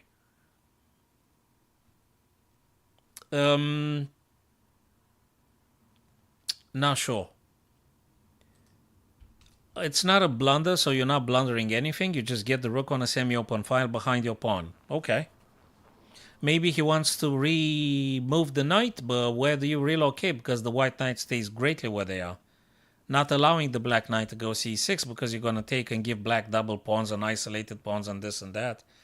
So I'm still on the opinion maybe something like queen b4 would be more forcing. And maybe Wei got an issue after queen b4. Or I'm missing something. What's wrong about queen b4, Ava and Hamza here? And really the rest of my dear friends. What's wrong with queen b4 here for white? I know it's black's turn, by the way. So, okay. Black has to figure out something. But previously, what's exactly wrong with queen b4? If there is something wrong with queen b4. Because I think it's probably the most attacking idea. Anyway. Hey, c5, I said about this move ages ago. c5. Ages ago I proposed c5 for black to play. And now it's come to happen. Obviously we can't take on c5 because knight is hanging, right? Cool. And c5, if white, I don't, oh, by the way, c5 also stops white queen from playing b4. So that's another thing. You can't play queen b4 because c5. So I think Magnus, when he played rook d1, he wasted the chance to go queen b4. Now you can't play it. And there's more to this. Black will take. You will have to take back. You will have to take back, probably with c. And that means black enjoys the c file from the black rook. So really, rook f to d1, it's not very clear in my mind about its purposes and stuff.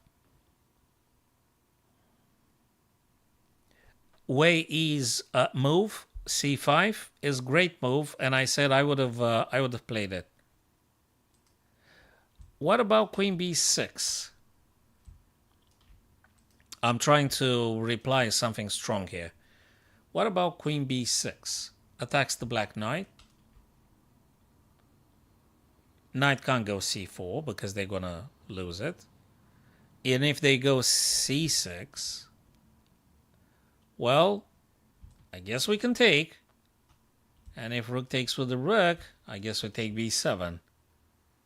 So, am I right, my dear friends, when I say queen b6 is actually the best stuff for white to play? And if it's not queen b6, what else is better for Magnus here? If not queen b6.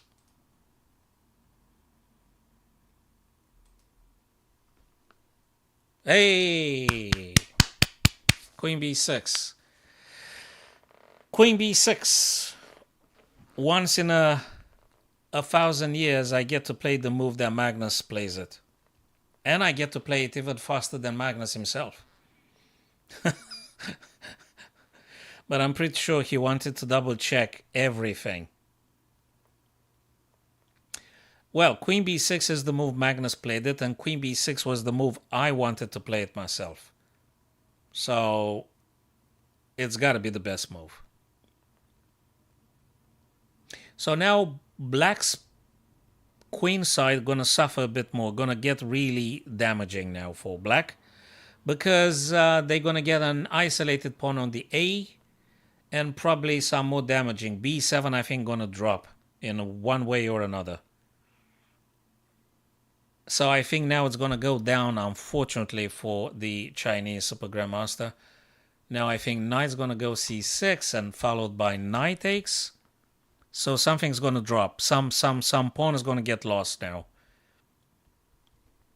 Although I have to say there will be a little bit of pressure on the c in the end, but on the c3, on the c file, but probably white takes first. White takes first with tempo and probably clears another pawn. Looks good for white. After knight c6, I think the trades that are going to follow are more positive for white, by the looks of it. I don't know if you guys agree or not, but that's how I look at this. Yeah, faster than Magnus with your help, of course, and I'm not that emotionally invested as Magnus, so I guess that is why. But anyway, I made it in a joking spirit. I'm just trying to pretend I'm spiritual every now and then. So, do you know what intrigues me though here? Well, it doesn't intrigue me that much because it's a difficult position. The problem for Fabi, if there is any problem for white here, is these two pass pawns. So those two black pass pawns are the main problem for Fabi. The biggest problem.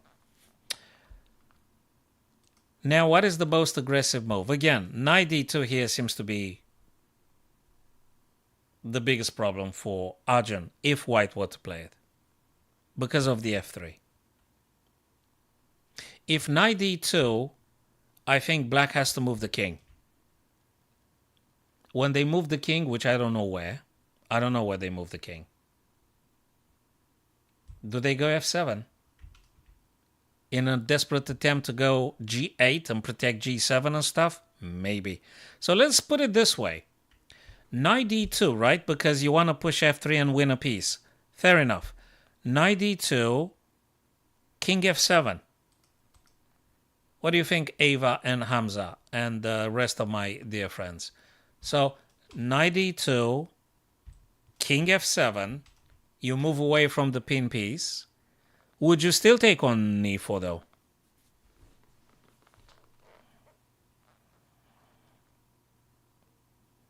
Hey Hamza, I think I was misunderstood. No, I think I was a little bit misunderstood. It's okay, brother. We're good.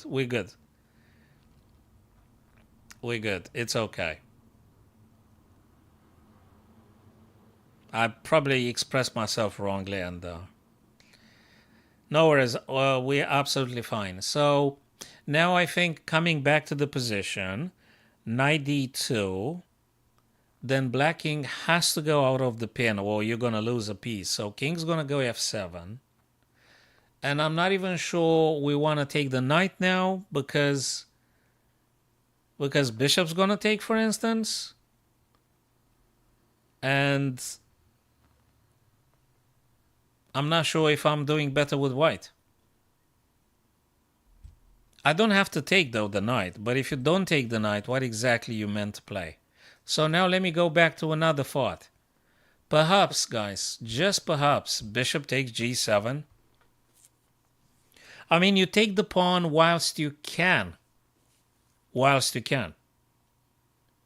That might be coming with another caveat, though. Some rooks might be coming over to g-file, where your king is. And then again, I don't know what to tell you after some bishop h3 and assuming rook gonna get to g8 at some point. So really difficult and time-consuming. And I'm sure Fabi spends a lot of burns a lot of neurons now with this position.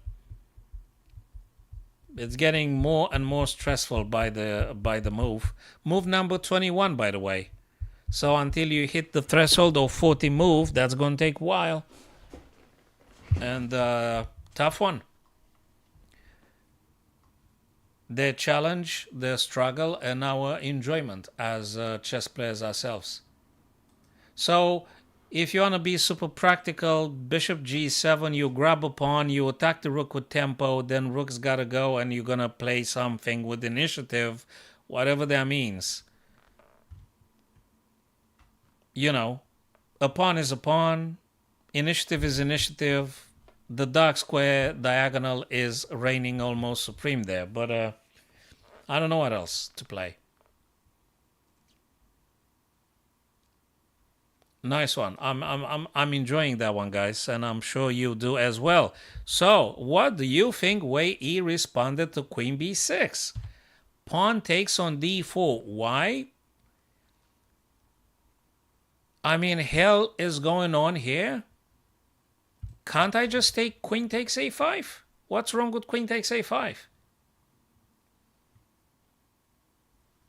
Can someone shed more light on this? Queen takes A5. What's going on? Rook then, I guess. Rook attacks the queen and attacks the white knight. Then you're gonna have to move the queen. Where? Where you move the queen? Queen B4.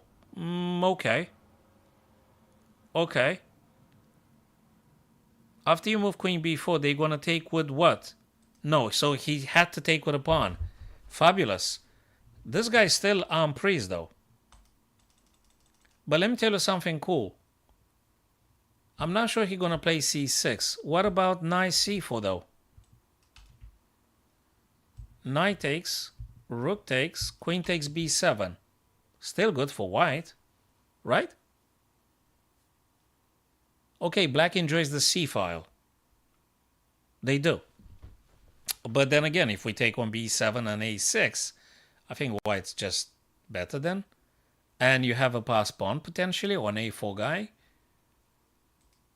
So it's getting really, really funky now. And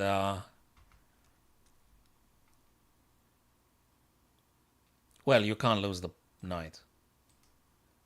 But wait a minute. I don't think I've covered all the potential moves. What about rook D5? What about rook D5? Defends the knight. Leave the knight there for now. Just for now. Leave the knight there. And you play rook D5. What about... hell, what about rook C2? Jesus Christ. I mean, come on. This, guys, I think it's a bit more than what meets the eye. No wonder it's so freaking time consuming. So rook to C2. If you just forget about the knight. If I may say that. Sorry for the offense. But rook C2 looks like checkmate in 2 moves. If you touch the black knight, that is. This is serious. Bloody hell, I thought it's... But that rook C2 can't be ignored. You're going to have to play defensive a little bit after rook C2.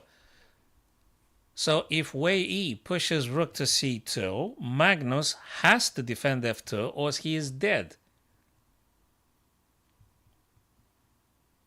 You're going to have to get rook F1 and then black gets initiative again.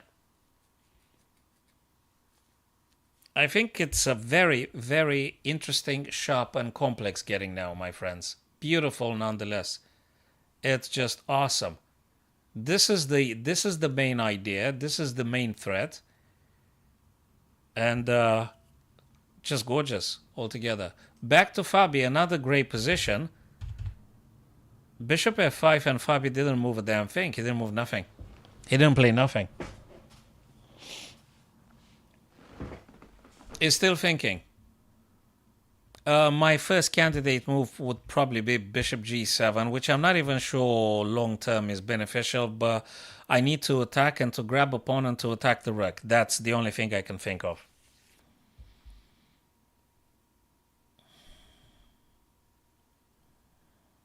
Let me go to Magnuson Wei Yi. Hamza suggests move knight to attack the black queen. Like knight G4 you're suggesting?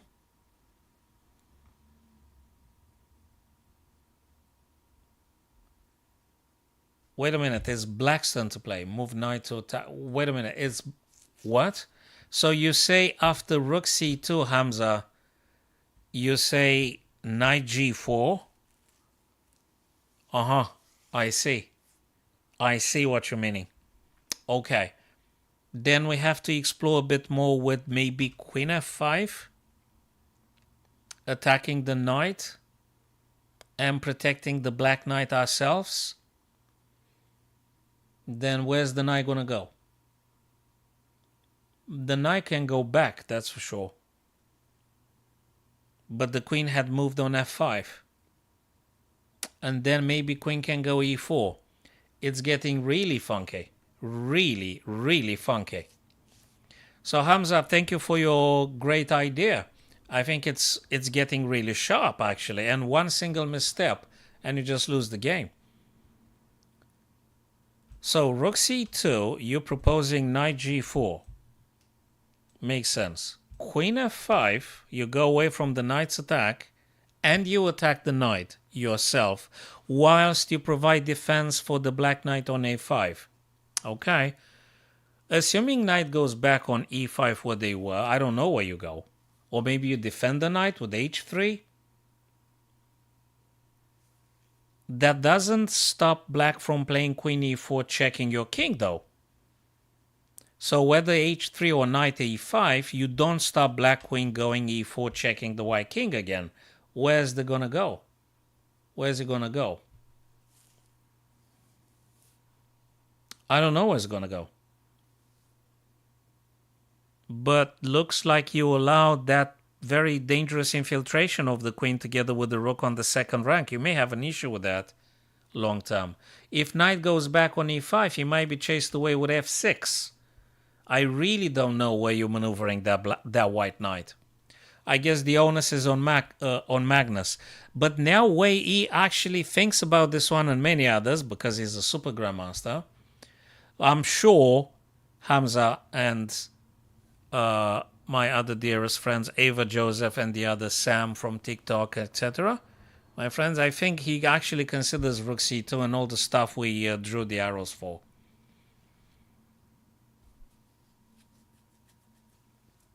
Let me have a quick look to Naka and Guki here. Rook took, pawn takes, knight e5. Aha, we discussed, I think Ava Joseph said some time ago about knight g6. So that's just come to be now. That's a threat.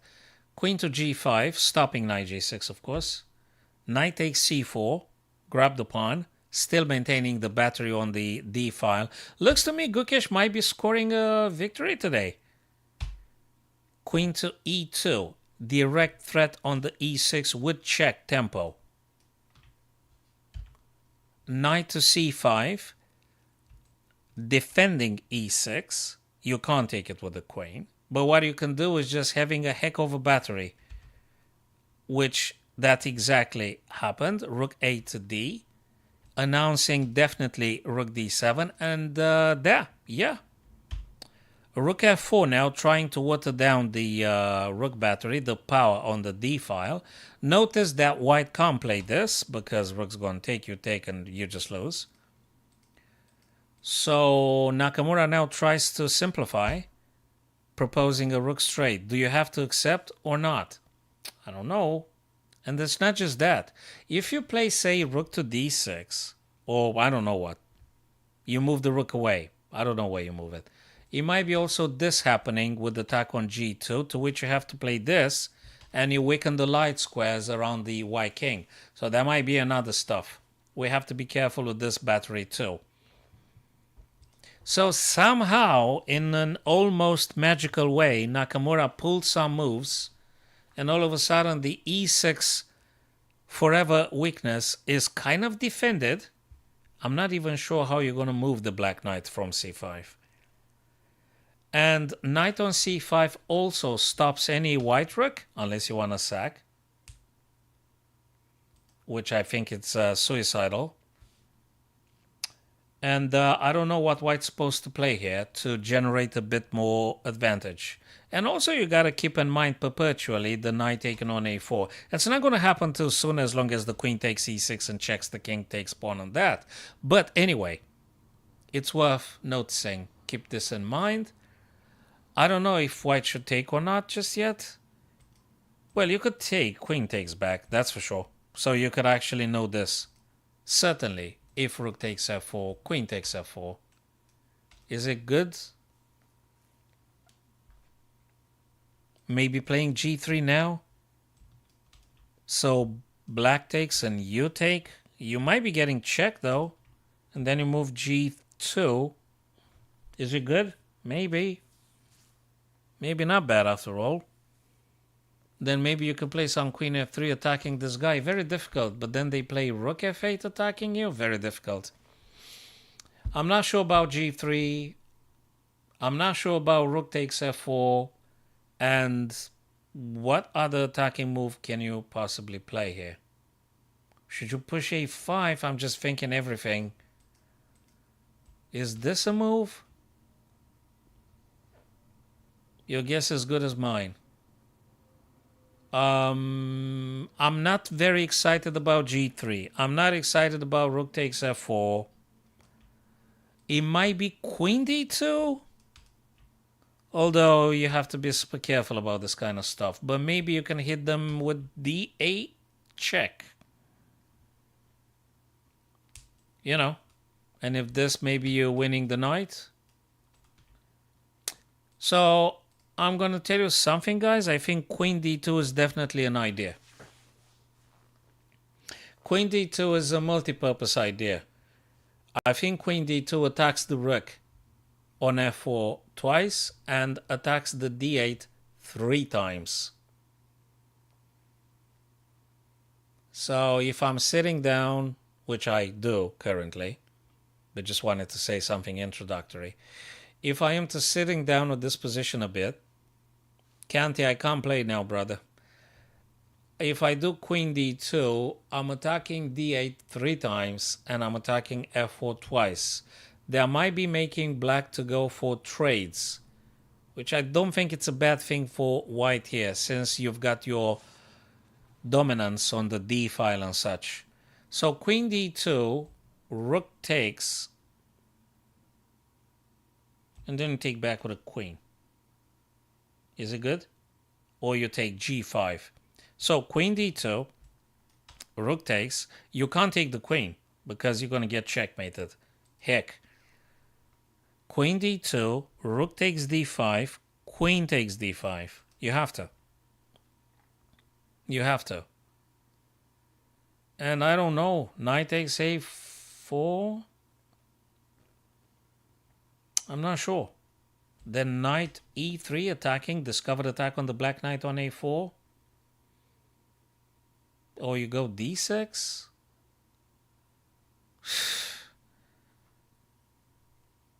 You would say that the position in the game gets simpler as you progress through the game. But actually, not necessarily. You were thinking that maybe the less pieces, the more clarity and stuff. But, gee, man, not always the case. It's not that easy. If it were, the Super Grandmasters would be moved ages ago, right? So they still think about this one. Not easy. My 2 cents would be, my understanding would be queen d2 definitely an approach here. That will be forcing into trades. It will make black to go for trades, queen d2. Absolutely. Black has to trade. You have to trade. Because you lose the rook. Fabi Arjun. Another phenomenal game. Phenomenal game. Fabi moved the rook on a file, which wasn't doing nothing. He moved the rook from the a file over to c file, which attacks directly the c5 pawn, because the knight can't take as long as the knight is in an absolute pin. So that's an attacking move and an activation of the rook. On the a file, you move on the c, semi-open file, directly threatening to winning a pawn. If black pushes c5 to c4, saying, just give up an example, black completely gives away the d4 square. For instance, knight can jump over to d4 and attack the bishop and attack c6 and attack everything good. And also bishop a3. So I don't think it's a bad move, rook ac1. It threatens take a pawn. So I don't think black's going to push this guy. Rather, black's going to respond rook ac8. That's what I think black would be interested in playing. Because you're defending that pawn. You want to keep the pawn there for now. And there is a principle in chess, very valuable towards the end of the game. Always put your rook behind the passed pawn. So rook ac8 supports the c5 pawn. In principle, you want to push the passed pawn. So that's going to be a very strong approach. So yeah, that's my interpretation here. Rook a to c8, supporting c5, and yeah. But there's more to it. Rook c8 to support c5, right? Cool, I understand. Ah, well, look, he moved already. He moved the king out of the pin. So you can't take c5 because the knight takes your rook now. So what do you play? You can't play knight d2 because you lose the game. You could play a check. You can. All of a sudden, Hamza and Ava Joseph, all of a sudden, bishop g7 is no longer appealing. You may have a massive issue with this. Then, I'm not sure what to say about bishop take g7. Probably it's a very, very bad idea now to play. And slowly, from a little bit despondent looking like position for Arjun, slowly it looks like black gets out of the constricting situation and builds up a position in which the rook's getting active, connected, two black central pawns, and white can't touch your g7 weakness black pawn because of the rook g8 pressure on the g file where the white king is. So this Arjun guy, no wonder he's India's #1. Jesus. These guys are so good. It's fascinating and it's great to see them playing. So great chess. By the way, that's a mouse slip. Knight e5 is just something I was just randomly thinking. Throwing the knight to attack, create a little bit of threat here and there. So yeah, just try to introduce a little bit of chaos and maybe striking a little bit of fear into the heart of Arjun. But maybe he's cool as a cucumber. Hey, thanks for the follow, like, subscribe. Guys, don't be hesitant. Please do like, subscribe, follow, this and that. Yeah, so I don't know what white is supposed to be doing here, but you gotta strike, attack something. You gotta try and see, make them think maybe a little bit more. A move like knight e5 checks the king. They have to move. And if you don't like it, you're going to jump back on f3 eventually. Knight e5 is good. You check the king. Maybe you can then f3, but then you give up on the g3. I don't know what to say. Yes, Hamza, that is correct. Black's going to go for the counteroffensive now, and that's the right thing to do. Of course, that's what you want to do. And Hamza, because you said it's time for black to attack, what do you think about rook AB? For instance, just give an example. It's a bit scary, isn't it? And this bishop on f5, taking all the light squares. Hey, Rashid. Thanks very much for your thoughts, brother. And I totally understand you're wishing goodwill to Fabi, because now all of a sudden Fabi is like facing a dilemma, a growing dilemma for Fabi here. I understand you're rooting for Fabi. I think the game is phenomenal. I think it's absolutely phenomenal. The game, it's beautiful. Their French defense they played, it was.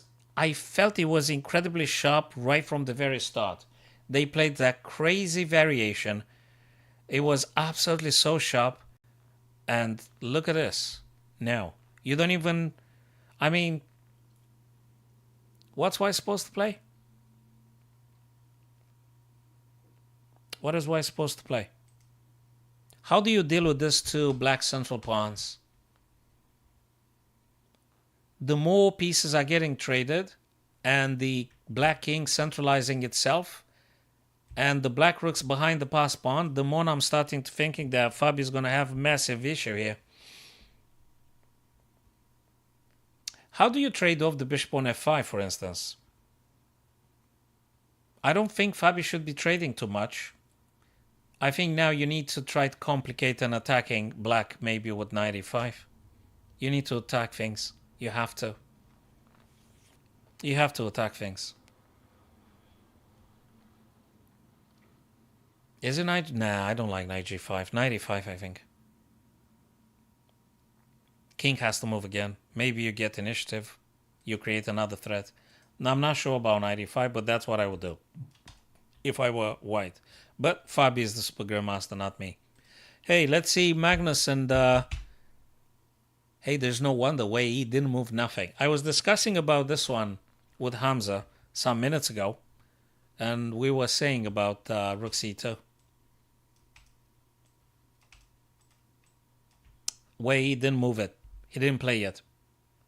It's worth reminding our friends that the white queen attacks the black knight on a5 as well. But Rook C2 actually is a big threat. What is this move? Not Rook D6. That's crazy, man. Not Rook D6. Rook D5 makes sense. I did say Rook D5. I did say Rook D5 as one of the potential moves for black, the candidate moves. That defends the black knight.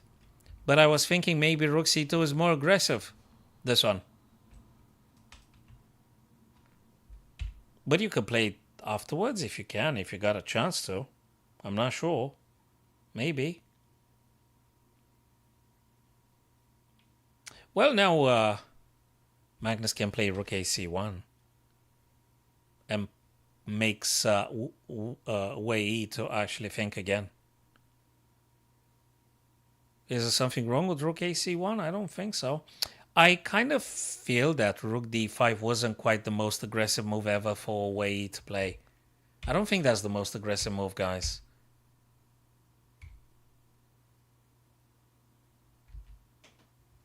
I mean, I understand, but doesn't... I mean, you can't even double up the black rooks on the C file or anything. Is he going to sack on E5? Rook takes, pawn takes, queen takes? I'm not sure. Okay, anyway, that's what he played. Rook D5. I don't know what Magnus does, but this one seems to be quite an idea. You want to trade off that rook? Maybe you do some back ranks? Maybe. Is there anything else like this? Rook AC1 an idea. Definitely an idea. Is E4 a choice here? Or is it a blunder?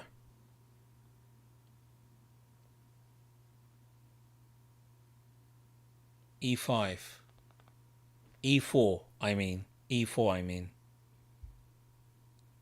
Well, you attack the rook that defends the knight on A5. So what's the rook gonna do? If I may ask. If you do E4, what is the black rook going to play? I mean, what's Wei Yi going to play with that rook? Where's it gonna go? E4. What do you play with black here? What's the plan? That feels weird.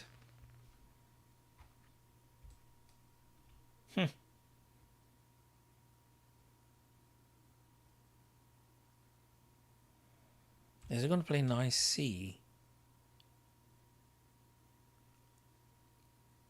Attacking the queen. But then queen takes here, for instance, attacking this guy. So I think e4 definitely is an idea. Thank for the follow, Rashid. Appreciate, brother. So e4 definitely an idea for Magnus. Rook a c1 can't be bad to counteract that black rook on the c file. You actually don't want to give them power, the c file, so you may just very well trade it. But e4 directly attacks the black rook, so they have to decide something, or they just lose the rook. So if the rook disappears, the knight disappears as well. I'm not sure what White's supposed to play after e4. Let's see. Hey, I speculated a5 because I didn't know what to looking at, but I did speculate a5. I also said queen d2. I think queen d2 I've suggested here, which probably will be the invitation for making trades and exchanges. Thank you to Rashid. So queen d2, an idea, but I also said a4 to a5. Now black took. Now black took, mind you. Do you take back with the white knight? And then try to do some nice c6 and stuff? Also, the white knight could be maybe attacked? There's questions here. There is questions here now. I guess you have to take the pawn, because if you don't take the pawn, this guy's going to move. So you have to take the pawn now, and then you're going to play some, what, knight c6? Or knight b7, knight d6, but that's too slow, I guess. So knight takes a5, and then knight c6.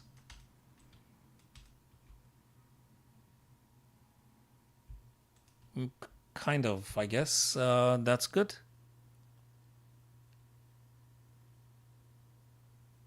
Yep, knight takes a5, he just played it now. And you're going to go knight c6. Also, the black knight now is attackable with the move like queen c4. And you attack f4 as well. So a move like queen c4, I know it's not white's turn, it's black's turn to play.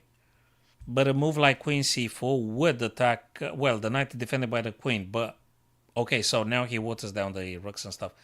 You could take. If queen had taken, of course, rook blocks. But now rook challenges. Do you take?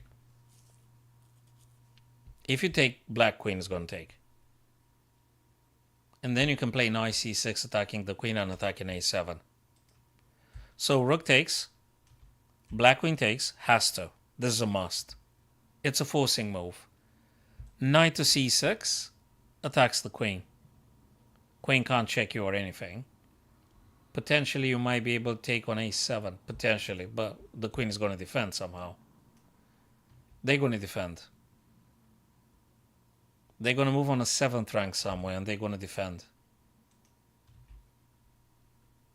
I still feel that white probably should be slightly better because of the e6 weakness, to which I think Guki is going to go for. He's going to go for the e6 more and more and more. Because he's got 42 minutes and good for him, he got a bit more, a better time management than yesterday and the day before yesterday. He probably should be spending like 10-15 minutes here covering as much as possible and looking for alternatives. But looks to me rook takes d8 now, probably the best course of action, and then knight c6 wins your initiative and you targeting a7 and the queen. So makes sense. And after queen goes to safety, after black queen from d8 goes to safety, you might be playing some h pawn. Yep, rook takes d8, exactly. Black queen takes. This is surely. There you go. Knight c6 attacks the queen with tempo, and then you have the time to play some h3, creating a little bit of escaping square for the white king, so you're no longer having the back rank issues for your king. So knight c6.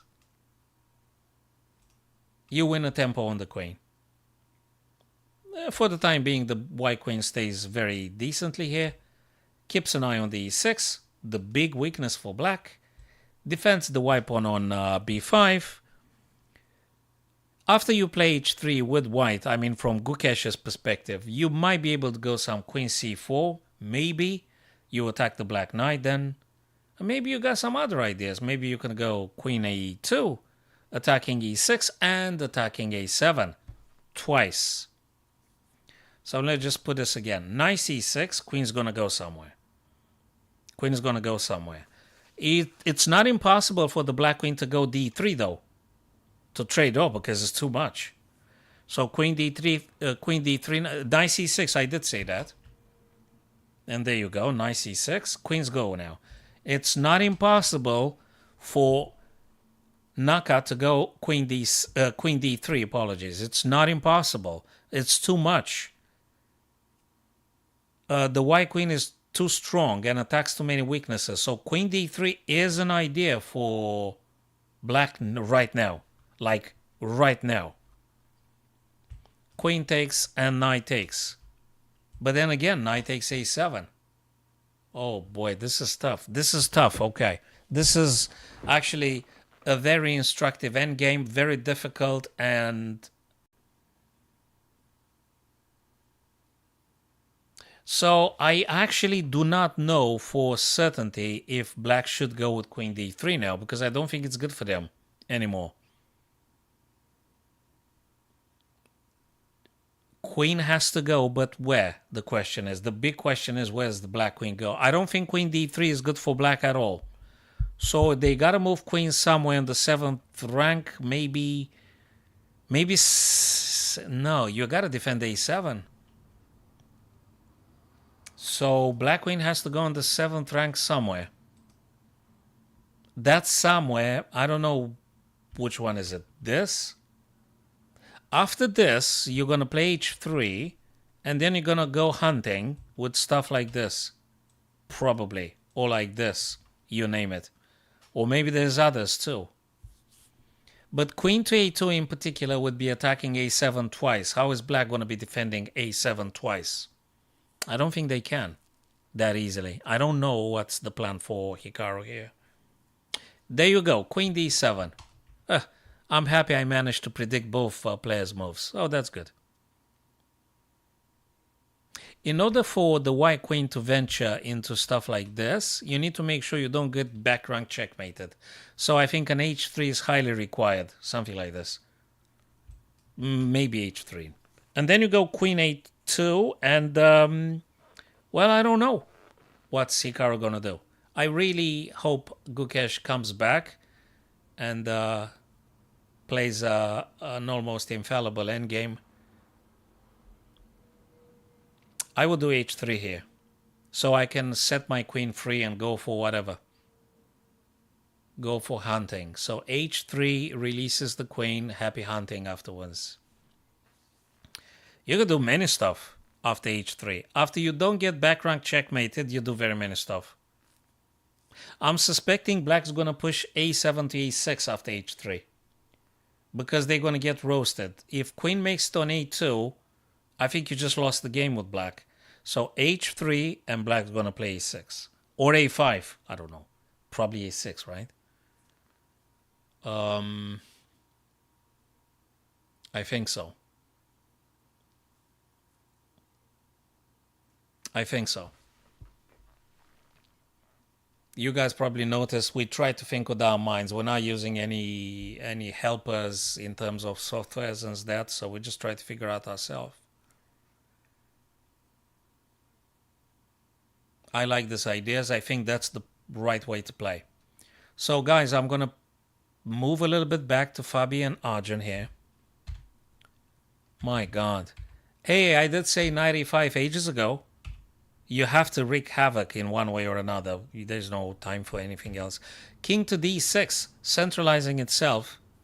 A little bit of pressure on the knight. So the bishop, you got to be careful of the bishop on b2. f3 attacking. At least it's an attacking move. I think you have to. You have to attack. Knight to d. Now knight to d. What do you play now? Boy, oh boy. Tough to say. Very tough to say.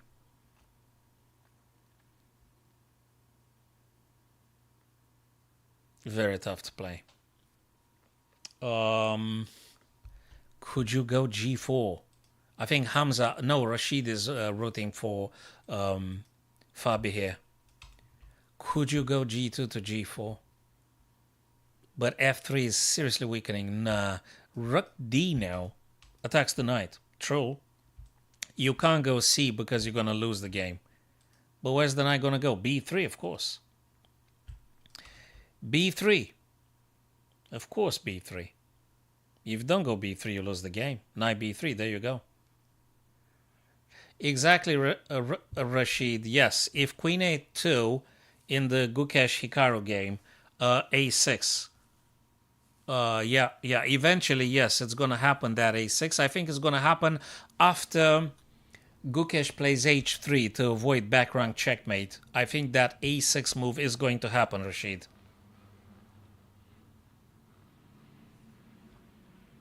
Okay, knight b3 had to move, by the way. That one had to be. Now you can mess around a bit with knight c4. You could do that. But I'm not sure what to say.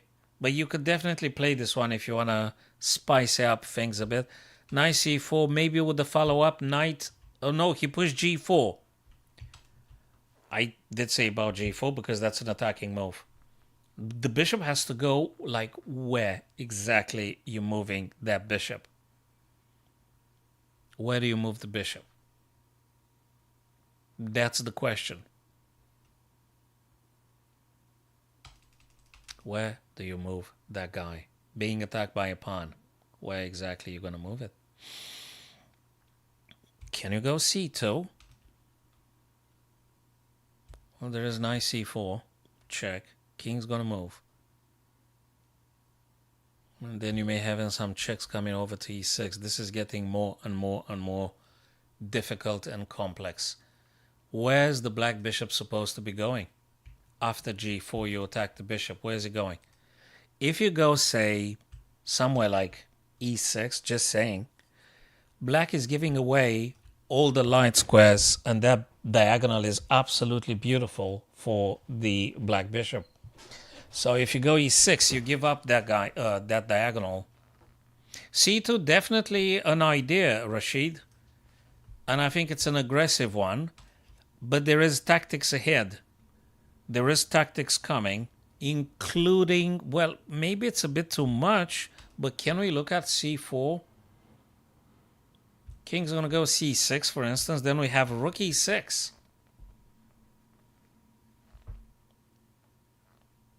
King is going to go d7, for instance. Then we're going to have rook d6 check again. King goes c7. My God. Then can you take with the rook over to d5? Did you calculate this sequence?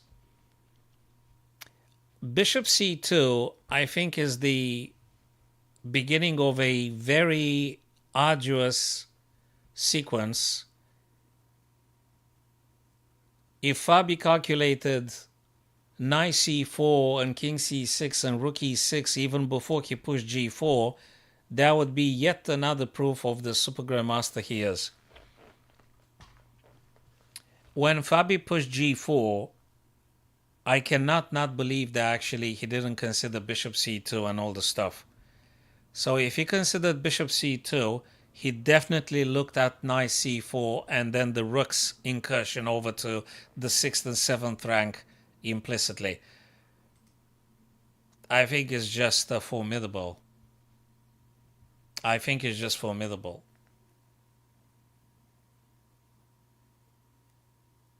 Bishop c2, knight c4, king c6, rook e6,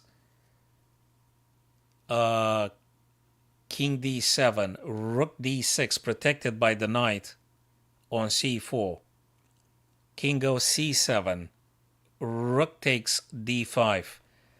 This is just carnage. Is just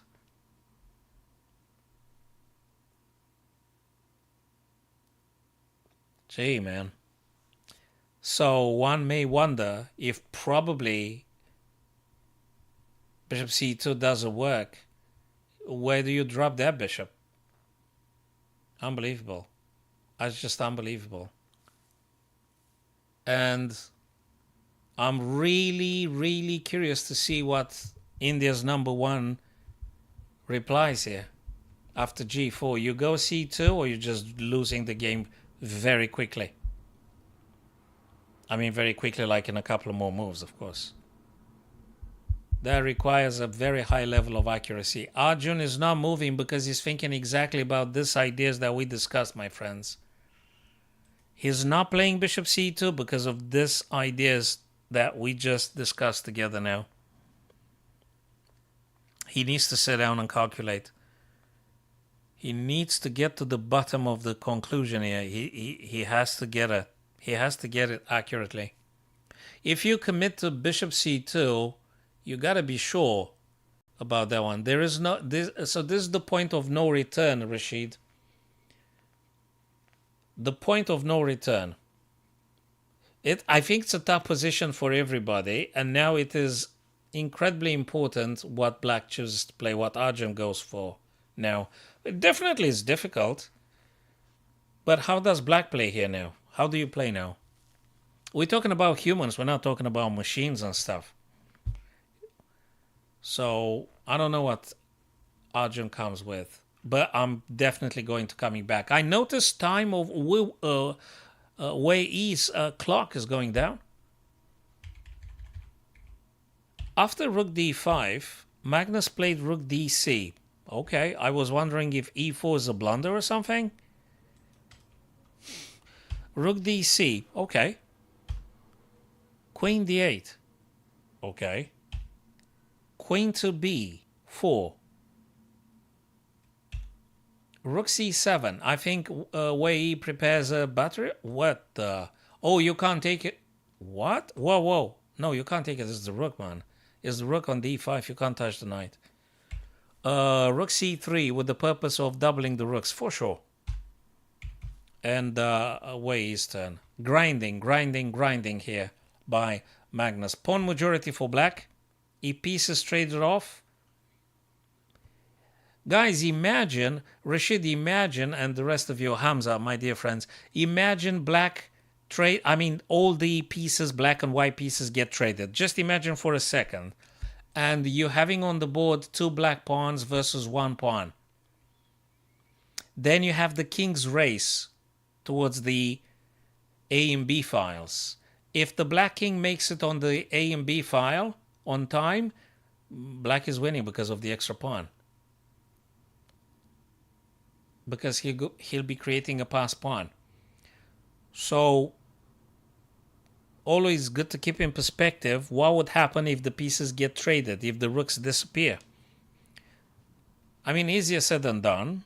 They haven't been traded yet, but if the pieces disappear, Black actually enjoys pawn majority on the queen side, A and B respectively, versus the A pawn for white. So, from this point of view, it's an idea to keep in mind. If Black plays queen c8, just saying, Magnus going to play rook ac. Bingo, Rashid. That's exactly my thought too, my friend. Exactly what I thought as well. We always need to keep in mind, if pieces disappear, what's the pawn structure favorable to? So we always have to keep this in mind. And if we smell and if we think that the pawn structure better for ourselves, go and trade off, clear the board of the pieces, keep the pawn majority, make it nice and simple. Oops, make it nice and simple. Go for the victory. So fascinating. If queen d to c8, I guess rook a to c1.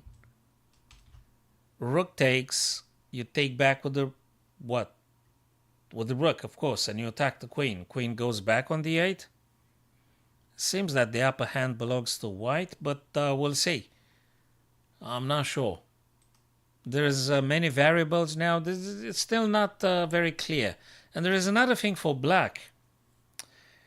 I think white still has the e4 up his sleeve. I think that e4 stuff also introduces a little bit of worry for Wei E here. I mean, if this rook goes on the 6th or 7th rank, well, by the way, if you go on the 7th rank, you lose the knight on a5. But there is another thing as well. Black can strike right now with f6. Just saying.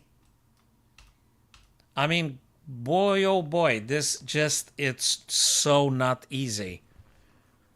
If I may say this truism. A move like f6 sets the board on fire because e4 would be answered with knight is hanging, rook on d5 is hanging, implicitly the black knight on a5 is hanging. Which way do you respond to? So this is exactly why Wei E spent so an awful lot of time and minutes here. Because blimey, what do you play this? How do you play this? Do you go f6? White pushes e4. Well, good luck with this. So I think we covered some of the main ideas, some of the candidate moves, and that's just the human thinking involved. I didn't even look at other stuff. But nevertheless, so Wei E took on c3, white queen takes on c3, rook to d6 now, elegantly moving the black rook away from the potential. Well, hold on a second, you can't even play this, man. You can't even play this one because d4 sort of like hanging. Anyway, he dropped the rook to d6. Knight is being very beautifully defended by the black queen, so you can't take it. And Rashid, I'm going to have to go back to what we discussed previously. Now the pieces get traded. The more pieces disappear, the more black envisages the 2 versus 1 pawn. So you got to be super careful about this one.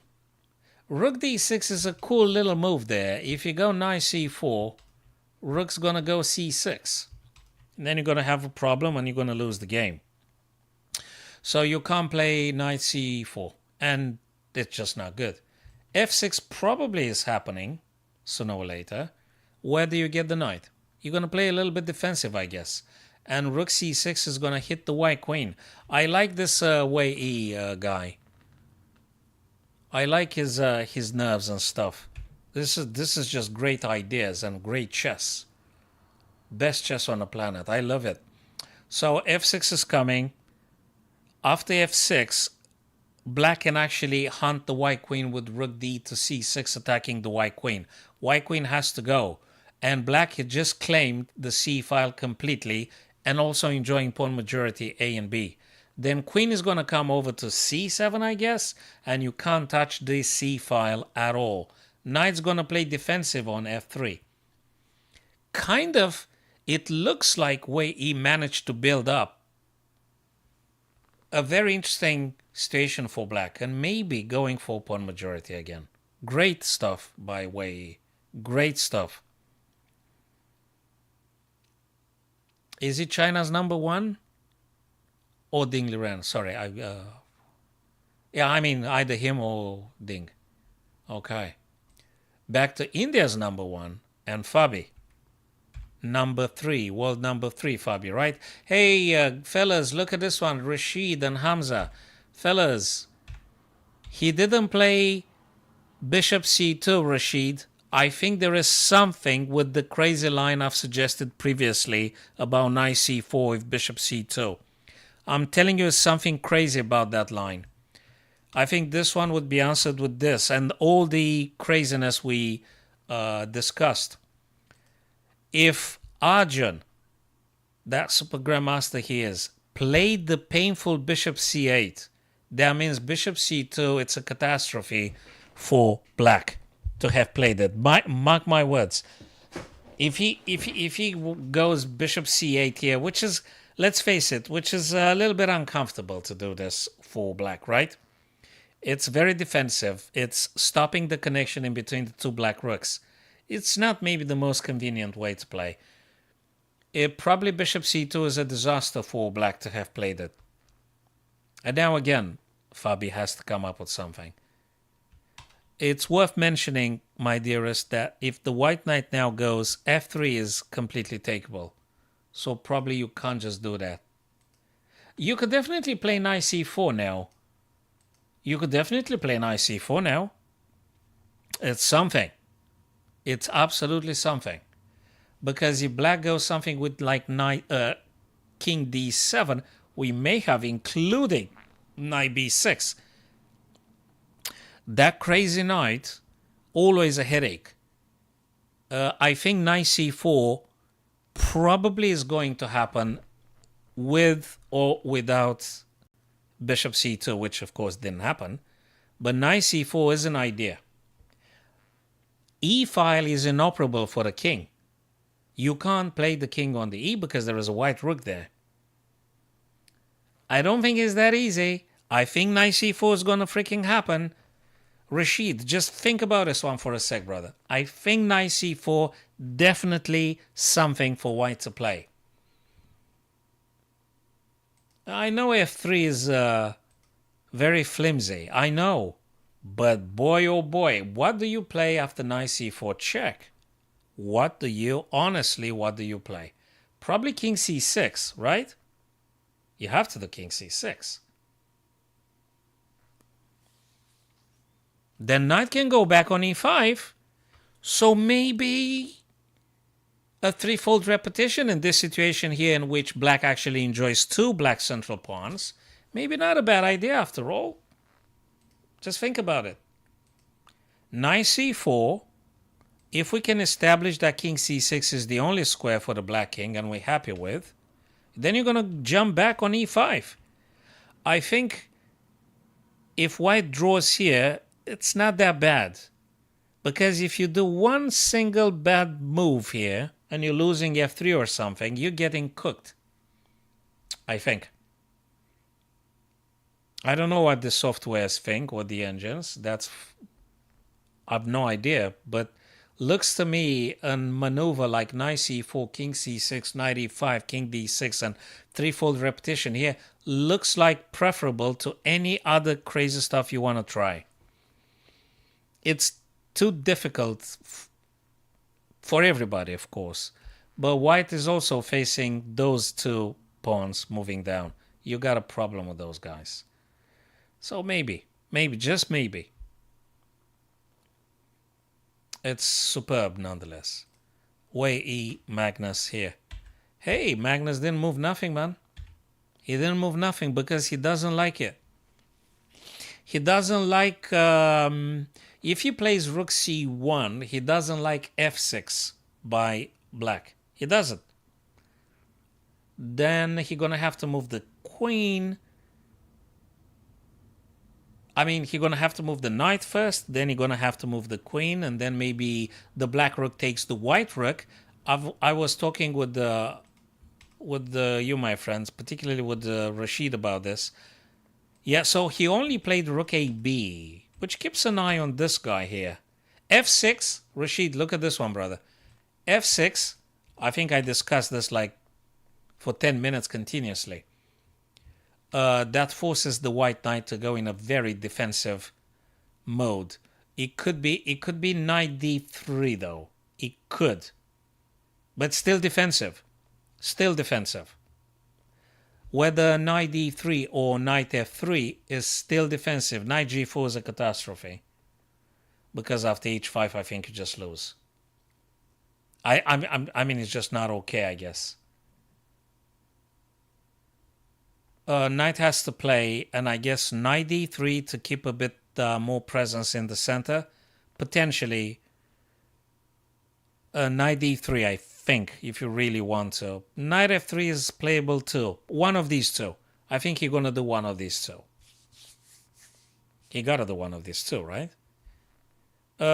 Difficult. Difficult. Because black's going to hit him next with the rook c6.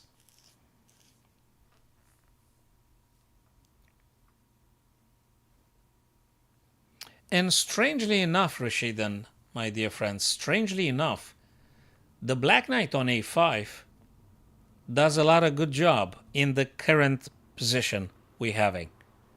Strangely, the knight on a5 serves a lot of purposes here. Defending b7, taking b3 and c4. Strangely. You can't trade the knight, Hamza. I don't think you can trade the knight, brother. If knight c4, Hamza, black punishes you with rook c6, right? So what exactly you gonna play?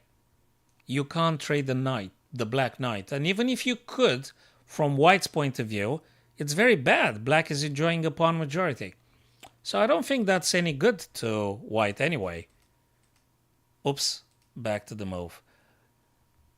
So I think Magnus gonna go for d3 or f3. Other than that, I think you're kind of losing. But then again, I might be wrong. Hey, dude, hold on a second. Let me pause this one for a sec. Wait.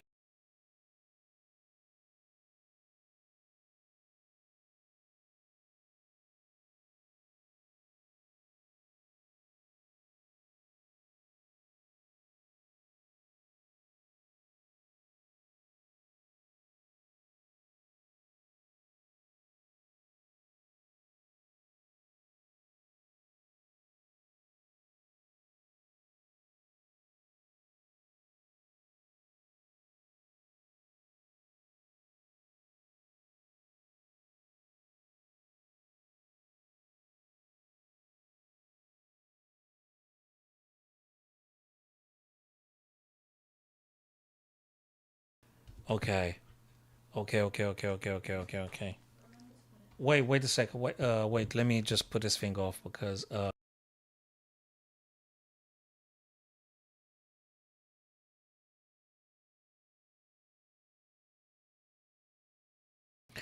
All right, just a little bit of messaging with some guys in the household here.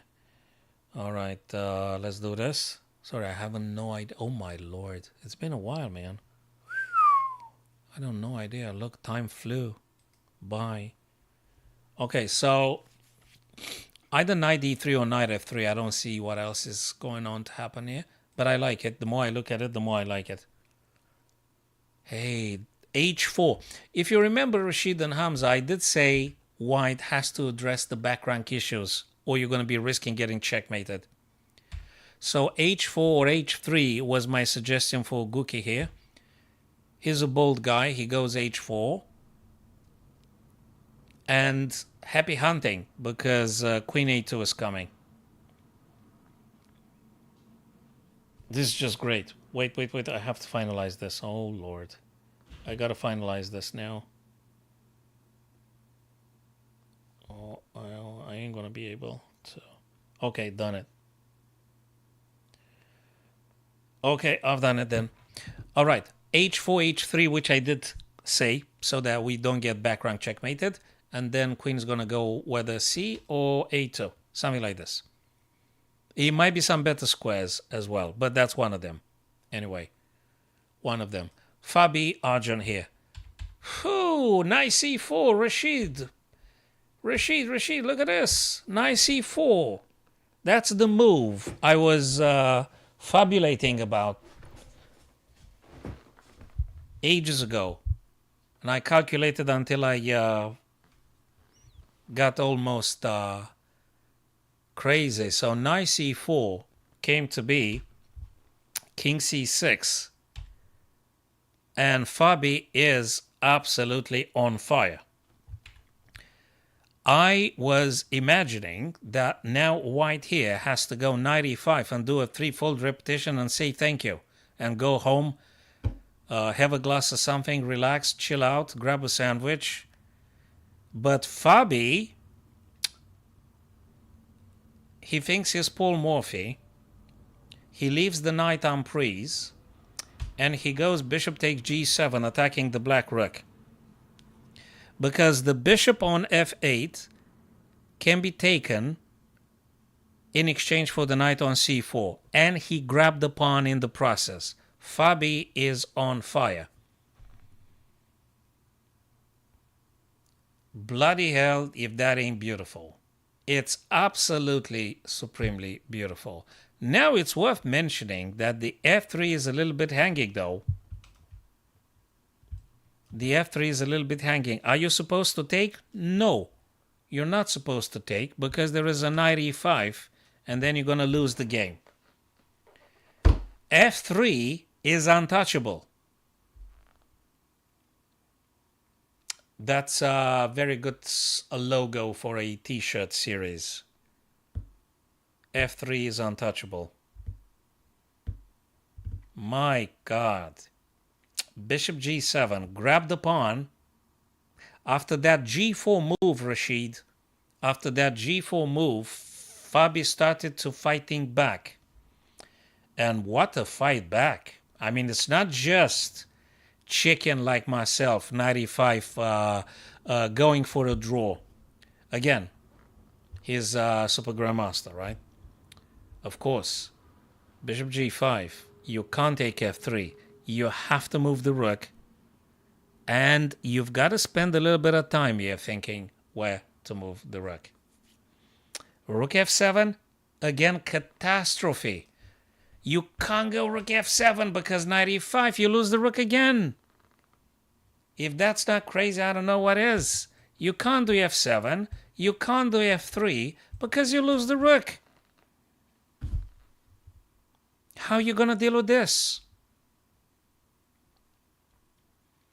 Whatever, it's not comfortable for Arjun here.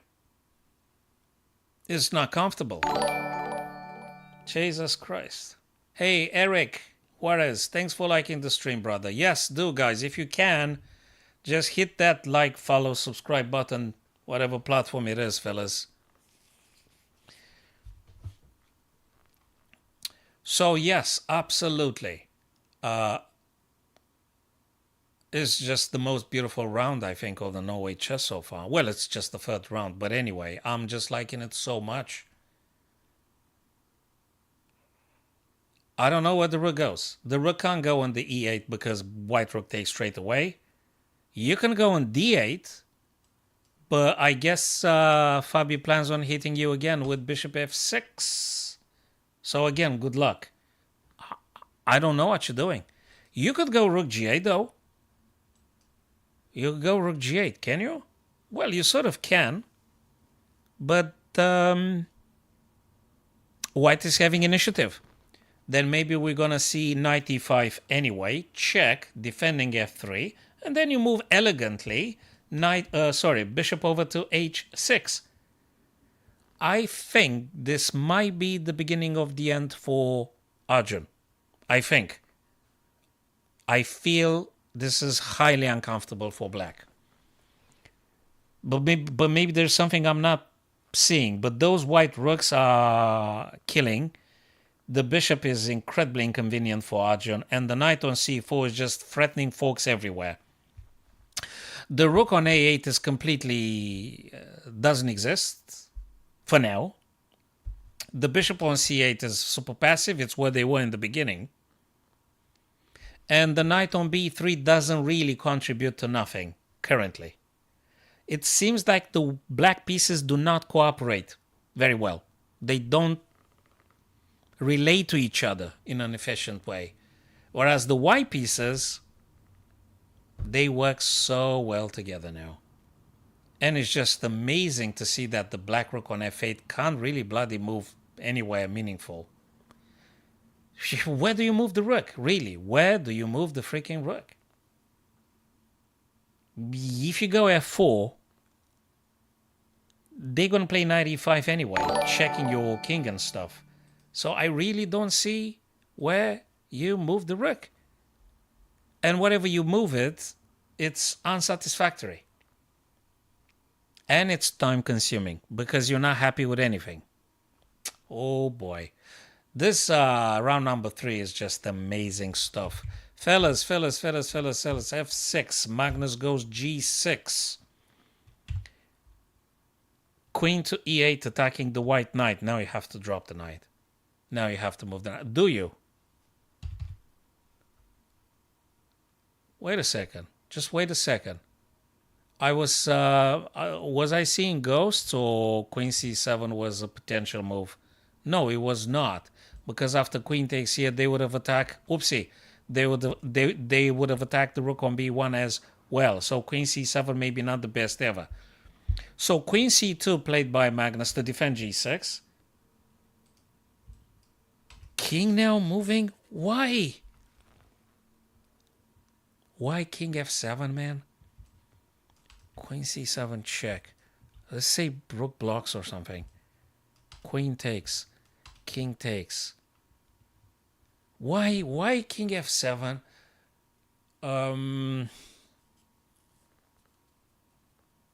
It's difficult. Why king f7?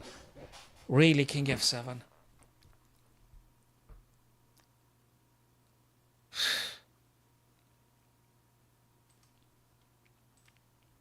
I guess Magnus can just play knight to f4 and threatens on queen g6 and whatnot. There is always queen c7 as well. Huh. Okay. I think knight f4 definitely an idea now. He got to play knight f4 and it's good. Or do you want to play h4 and h5? Maybe it takes a billion years. Oops, I got to attend the door. Apologies, guys. Wait a sec.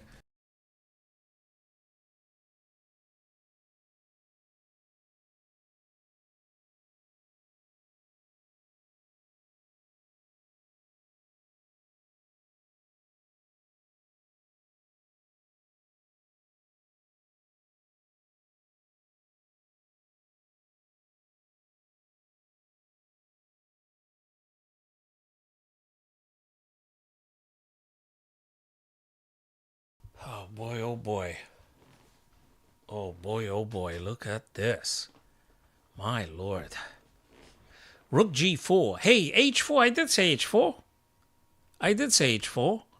It looks a little bit slow, but you are in no big danger because the king can't take the knight. There's a queen here. And I guess Magnus wants to keep the white knight planted on g6 forever.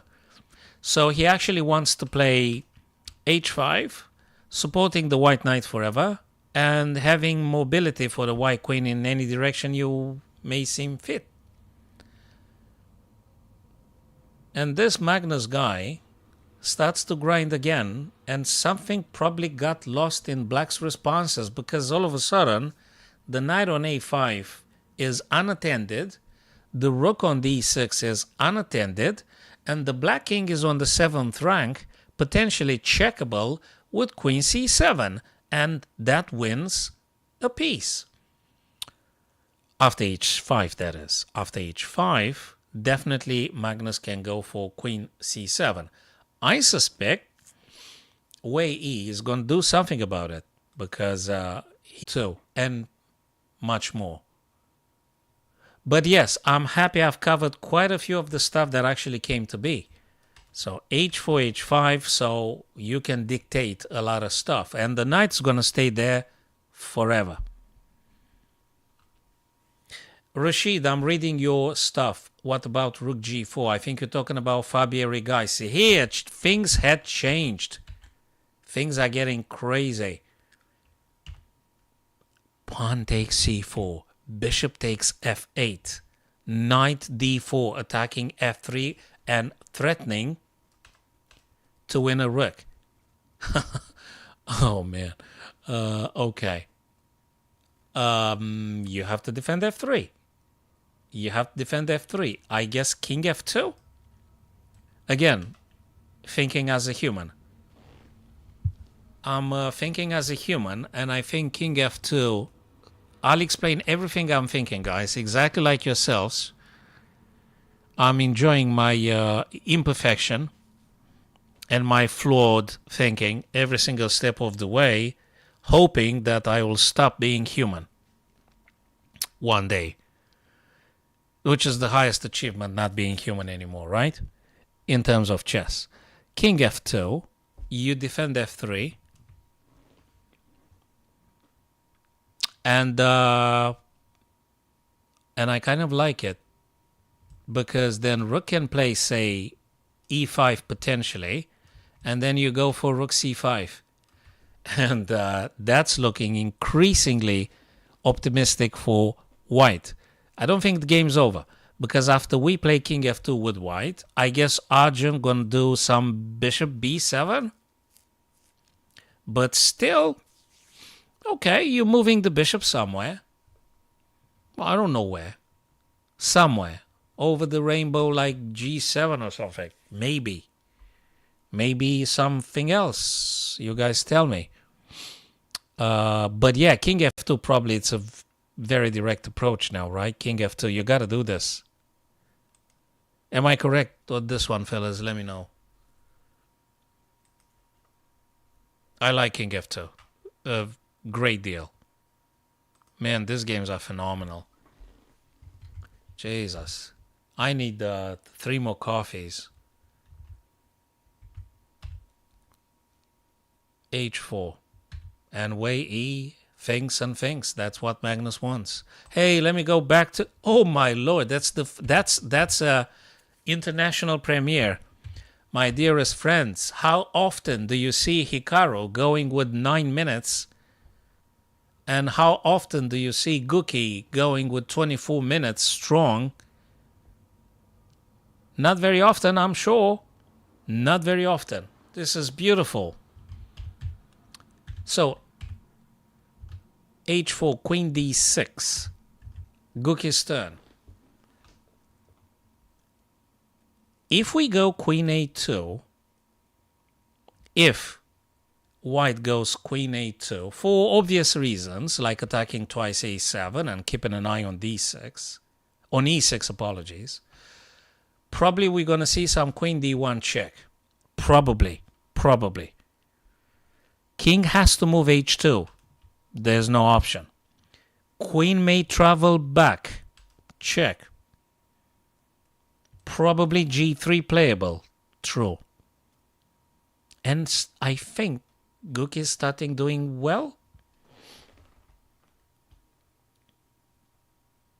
I'm not sure Hikaru gonna play this, but I'm just trying to figure out ways to do something active for white here. Is there anything active, more active? What else is here? What else have we gotten here? Should we keep the queen a bit closer? Should we do queen c2? But, oh, come on. That can't be it. Still queen a2, though. Queen a2. I'm voting for queen a2. And I don't see how I'm losing a piece or anything. Back rank I got no issue with. King h2 accessible. g3 blocking future checks. Queen a2 keeps an eye on the f2 pawn as well. I think I'm good at this. Queen can't venture too far because e6 also is targeted. But, well, knight is there. But knight a7. Oh, whoa. He went queen, knight takes a7 straight away. Okay. Is Guki winning? Maybe. Queen b6, knight c6. He's winning. He's winning, guys.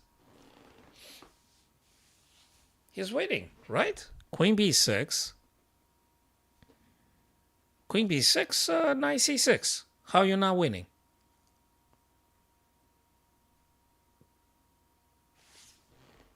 Is this third round the moment in which Guki comes back?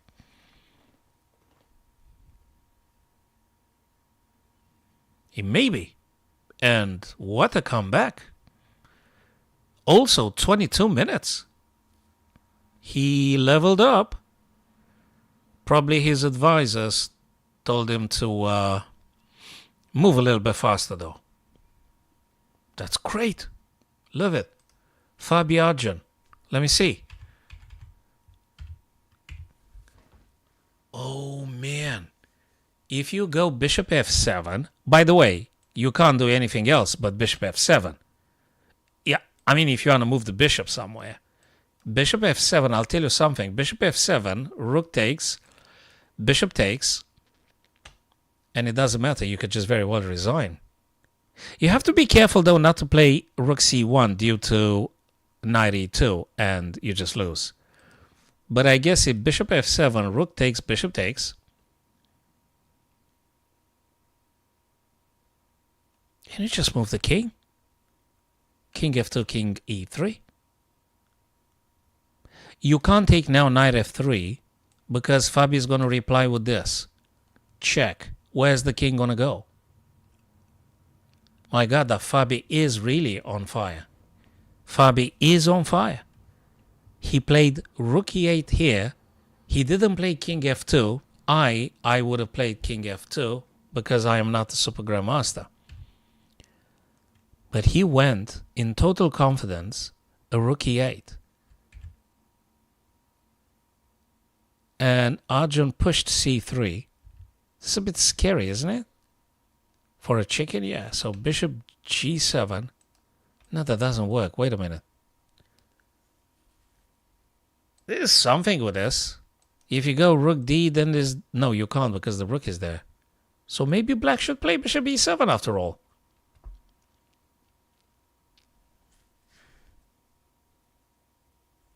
I don't know. Bishop e7. Do you take? Or do you play something else? What something else? What? Like what?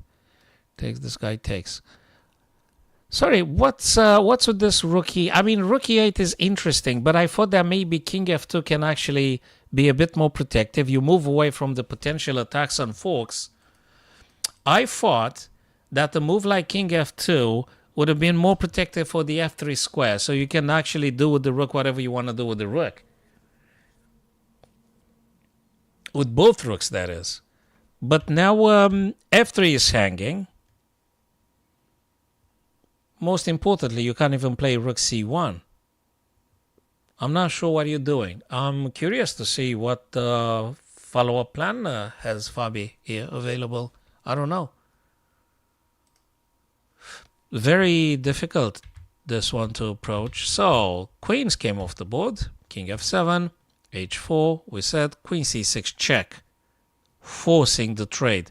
Rashid, look how elegantly Wei E actually traded off the queen. Rook takes, h5, solidifying the knight. But then again, where exactly are you going to hit them? I mean, okay, there's no queen. Rook c4, going for the weakness on a4. King f3. Oh, Lord. Sorry, but a4 is hanging. What am I missing? Rook takes a4. And now black is going to have two passes. How, what do you do?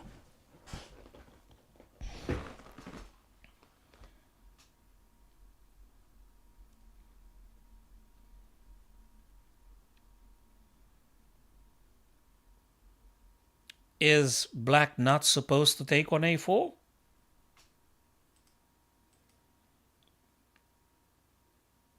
I think you're supposed to take on a4, right? Rook takes a4. What's wrong with this? Rook takes a4. Is there anything wrong? Is there any way white can attack you and stuff?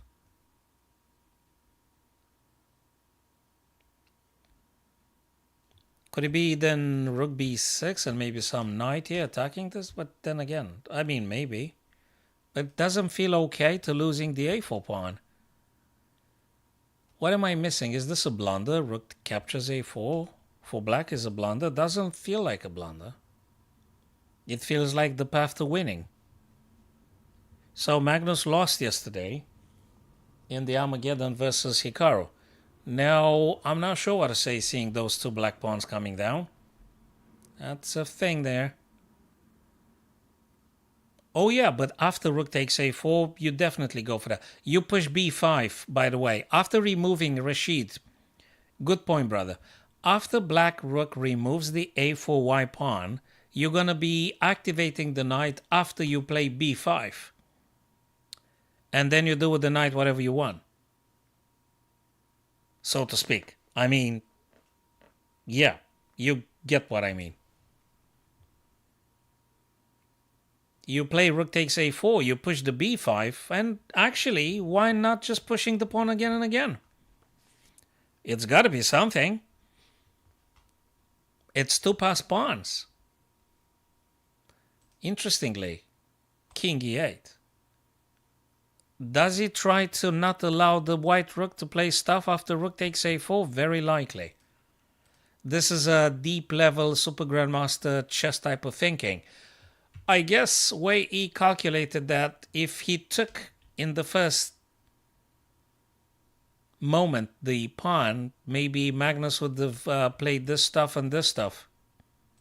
You got a couple of issues there you need to address. So he moved the king first so that he can take here, and after this one he actually can move the king one more time, not allowing the white rook access to the 7th rank and checks and complications. That's the reason. I've seen it in hindsight. I didn't see it in the first moment, but maybe that's for the best.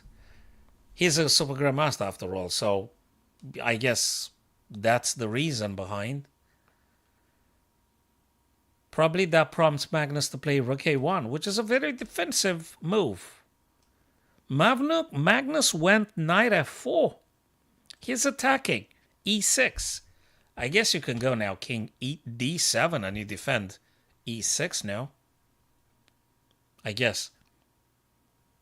But then we're going to see this.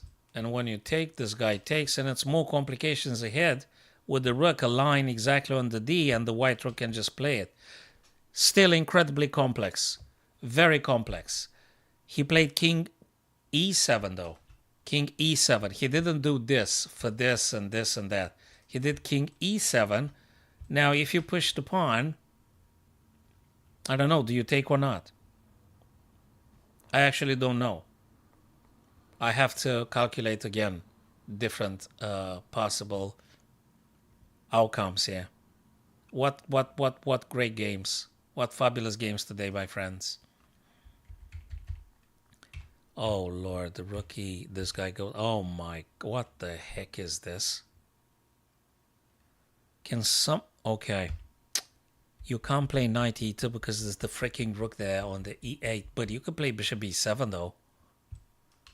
After bishop e7, what do you play? Honestly, what the heck do you play after this? I guess you could take. Bishop takes, and then rook takes c3. Yeah, but still you got this. Oh Lord, this is just not over. This ain't over, and that's move number 30. Move number 30, move number 31. This ain't over. I guess Arjun has to go bishop e7 here, or you lose the game. You just lose the game now. Is bishop e7, right? I mean, what? I mean, what else do you play? Because rook takes c3, you can't yeah, rook takes c3, because the white rook is there on the e-file. There's no fork. Probably that is why Fabi didn't even bother about playing king f2 at all. You see? So bishop e7 probably is sort of like a must, if there is something like a must. Rook takes, bishop takes, and king f2, and Arjun lost the game. Okay, again, if bishop b7, and I'm not even sure he got to play it, but if you don't play it, what exactly you play anyway? So I think you're kind of dead here. I think Arjun messed it up. I think he messed it up. Okay, bishop b7, rook takes. They took a rook. You could play check first. King's gonna move. You could take. You could. But then rook goes somewhere. Probably like goes back. Then you're gonna have to waste another tempo to make space for the pawn to advance. But there is always this guy here. So the pawn will be stopped eventually. I think all the calculations lead to Fabi winning the endgame.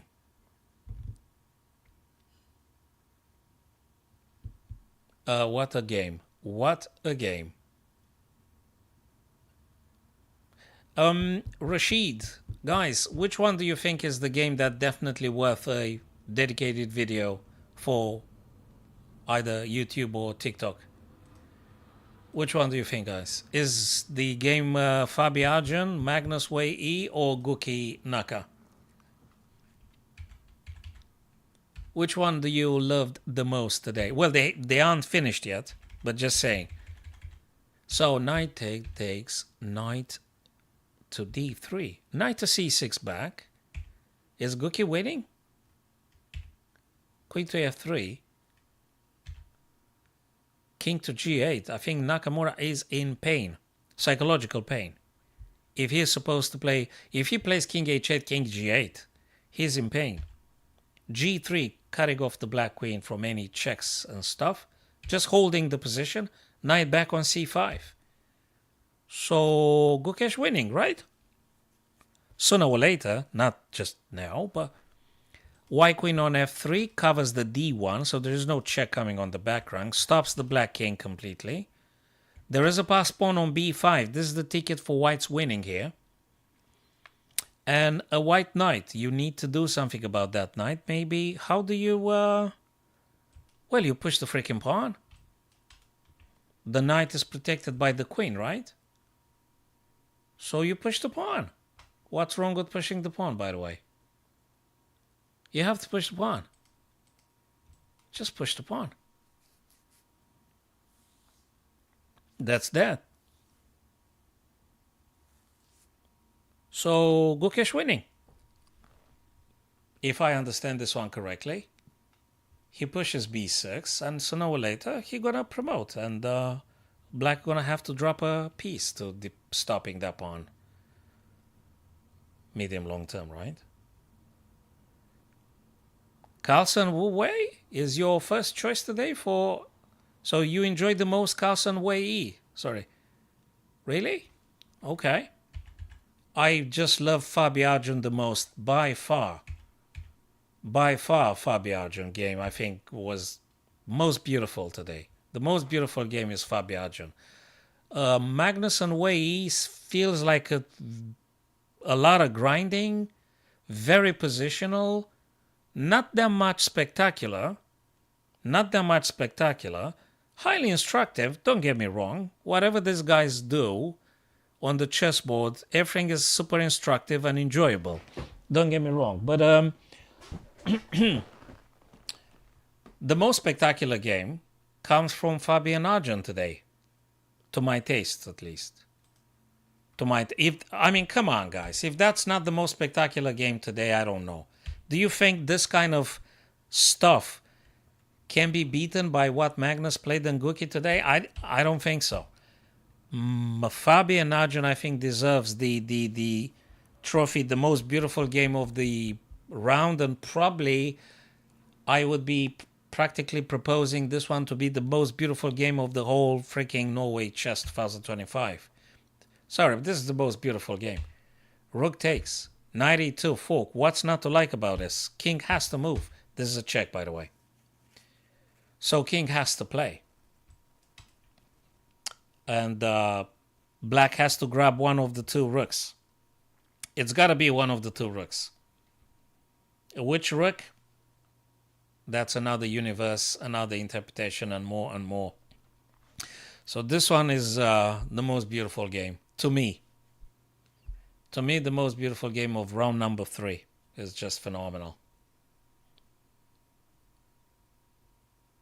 Most spectacular. From the very beginning, I noticed it's a crazy French. From the very beginning, I've noticed this game, particularly this game, retained my attention. Yes, exactly as I said, king to f2, we said together actually, knight to c1, he opted for the other rook. Rook moved away from the bishop's attack, and there might be a little bit of effort there, but bishop h6, I guess.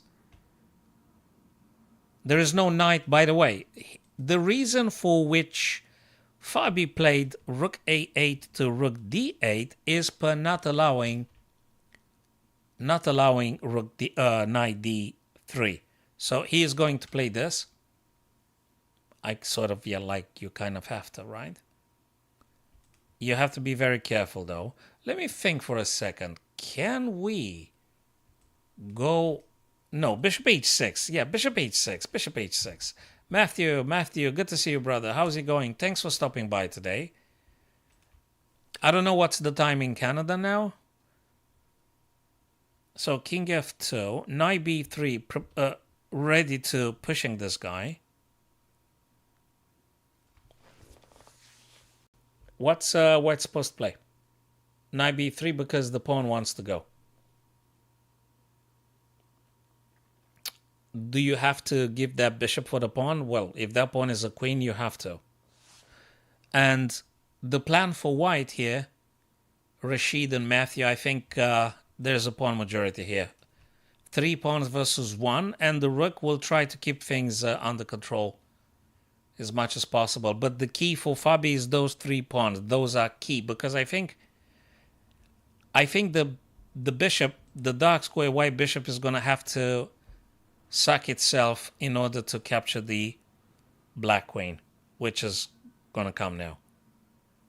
By the way, white's turn to play. White's turn to play.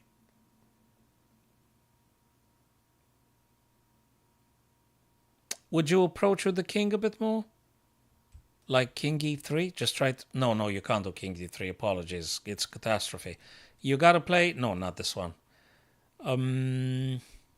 You play the king or just investigate, move this guy a bit more?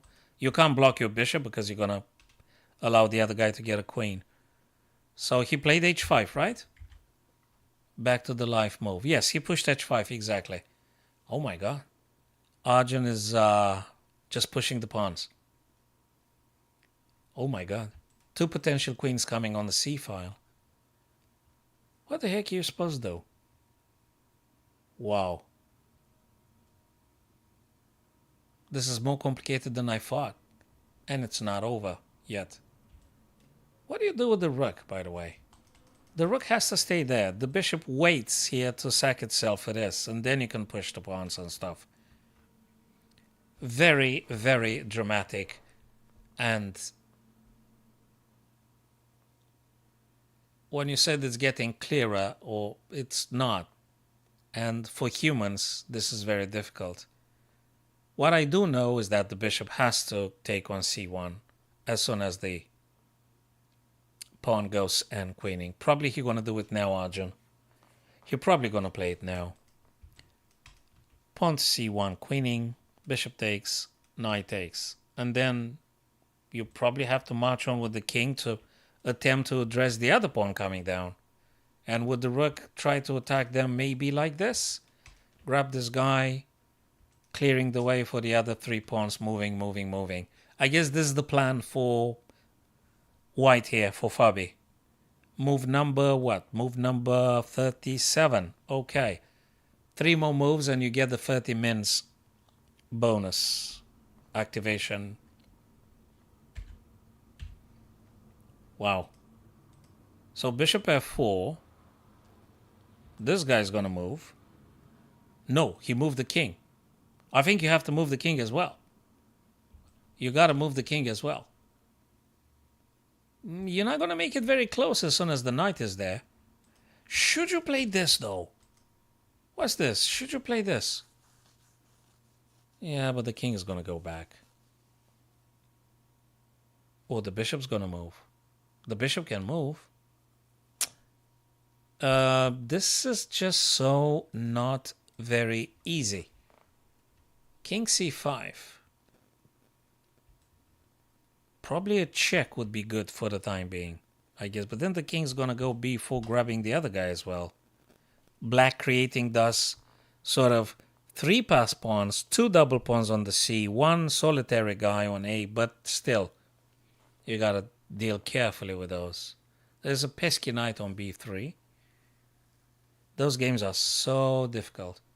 So it might be a check here, but that practically helps black. Black's going to move b anyway. No, he won't because of this.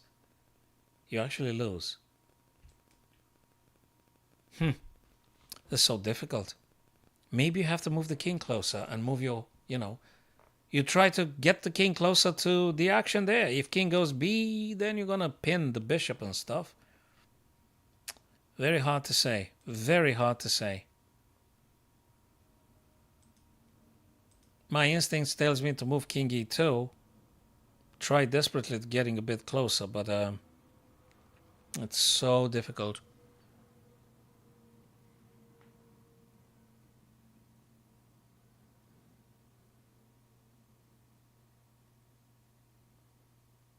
Yeah, there's a lot of stuff going on here. Okay, let me peek a little bit into Magnus and Wei E late drama here. Rook a2 still to protect the a4, otherwise black's going to have two pass pawns. Knight b3.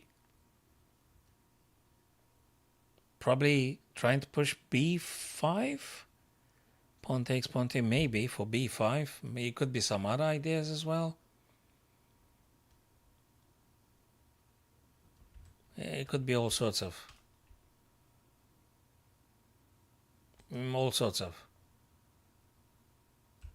Maybe c5 to attack this guy twice so that they push. And then you go back and maybe win the pawn with the knight and rook. Yeah, maybe knight c5. It's possible. Yes, Rashid, I agree. If there is any chance for Fabi, if there is any stuff for Fabi, he got to do something about that pawn majority on the king side. I agree. Yes. It's something to do with the pawn. Other than that, you're going to lose. Yeah, bishop e3, which I did speculate myself. I didn't know what else am I supposed to play anyway. So bishop e3 checks the king. If they go b, you're going to make a pin. And then win the bishop. And I think you're winning. If black does that, they lose. So king now, I think they've got to go c6 back. Oh, Lord, look at... How the hell, king b? Why didn't you play rook b8? What the heck is going on here? These guys are crazy. So king b4 and you don't play rook b8. You see, that's being a super grandmaster means. Jesus Christ. I would have probably played rook b8. But Rashid's idea, and actually I think most of us ideas, is that, hey, Guki had won. Congrats to Guki. Really, I'm happy for Gukesh. Honestly, I'm happy for the guy. He got thrashed in the first two rounds, and now he comes back in a positional constricting game against number 2. So that is a hell of a performance from Gukesh today. Fabulous, fabulous. Congrats, Guki. I'm happy for you, man. That's just amazing. Yeah, it's a pass pawn. It's a pass pawn. And not just a pass pawn now. King is in check. Queen attacks the knight. King's going to go in the corner. You're going to take this guy. They're going to take... Hey, you've got a pass pawn. Really happy for Gukesh that he came back. And hopefully he's going to keep up with this spirit and level of performance. That's fabulous. Good stuff for Gukesh. Good stuff. Beating Nakamura in classical. Beating Nakamura in classical. It's a heck of a performance. All right. He didn't beat it at bullet or blitz. He beat Nakamura in classical chess. It's something. Let's see though. Let's see. Those pawns are relentlessly moving down the board. Those black C pawns are scaring as hell. They're going to move it in turns. They're going to promote in turns. This is a nightmare. Exactly. Rashid, you said it very well, brother. You either do something with your pawn majority or you're going to be getting smashed here because of these guys. Pawn moves, bishop moves, knight goes. Knight goes back. There you go. You push the other guy. So you've got to get yourself queen here and then you win. Question. Do you take here or do you avoid and move behind them? Because if you capture here, could be any crazy... No, exactly that's what I wanted to say. Don't take the g6. Just go the fastest, eliminating at maximum any potential activity. And now you literally need 2 steps for queening. 2. Can they be stopped? No. Is this one meaning something? Not really. Bishop takes, knight takes, and you're going to get yourself a queen. I have to attend the door. And he's going to resign. Let me open up the door now. I'll be...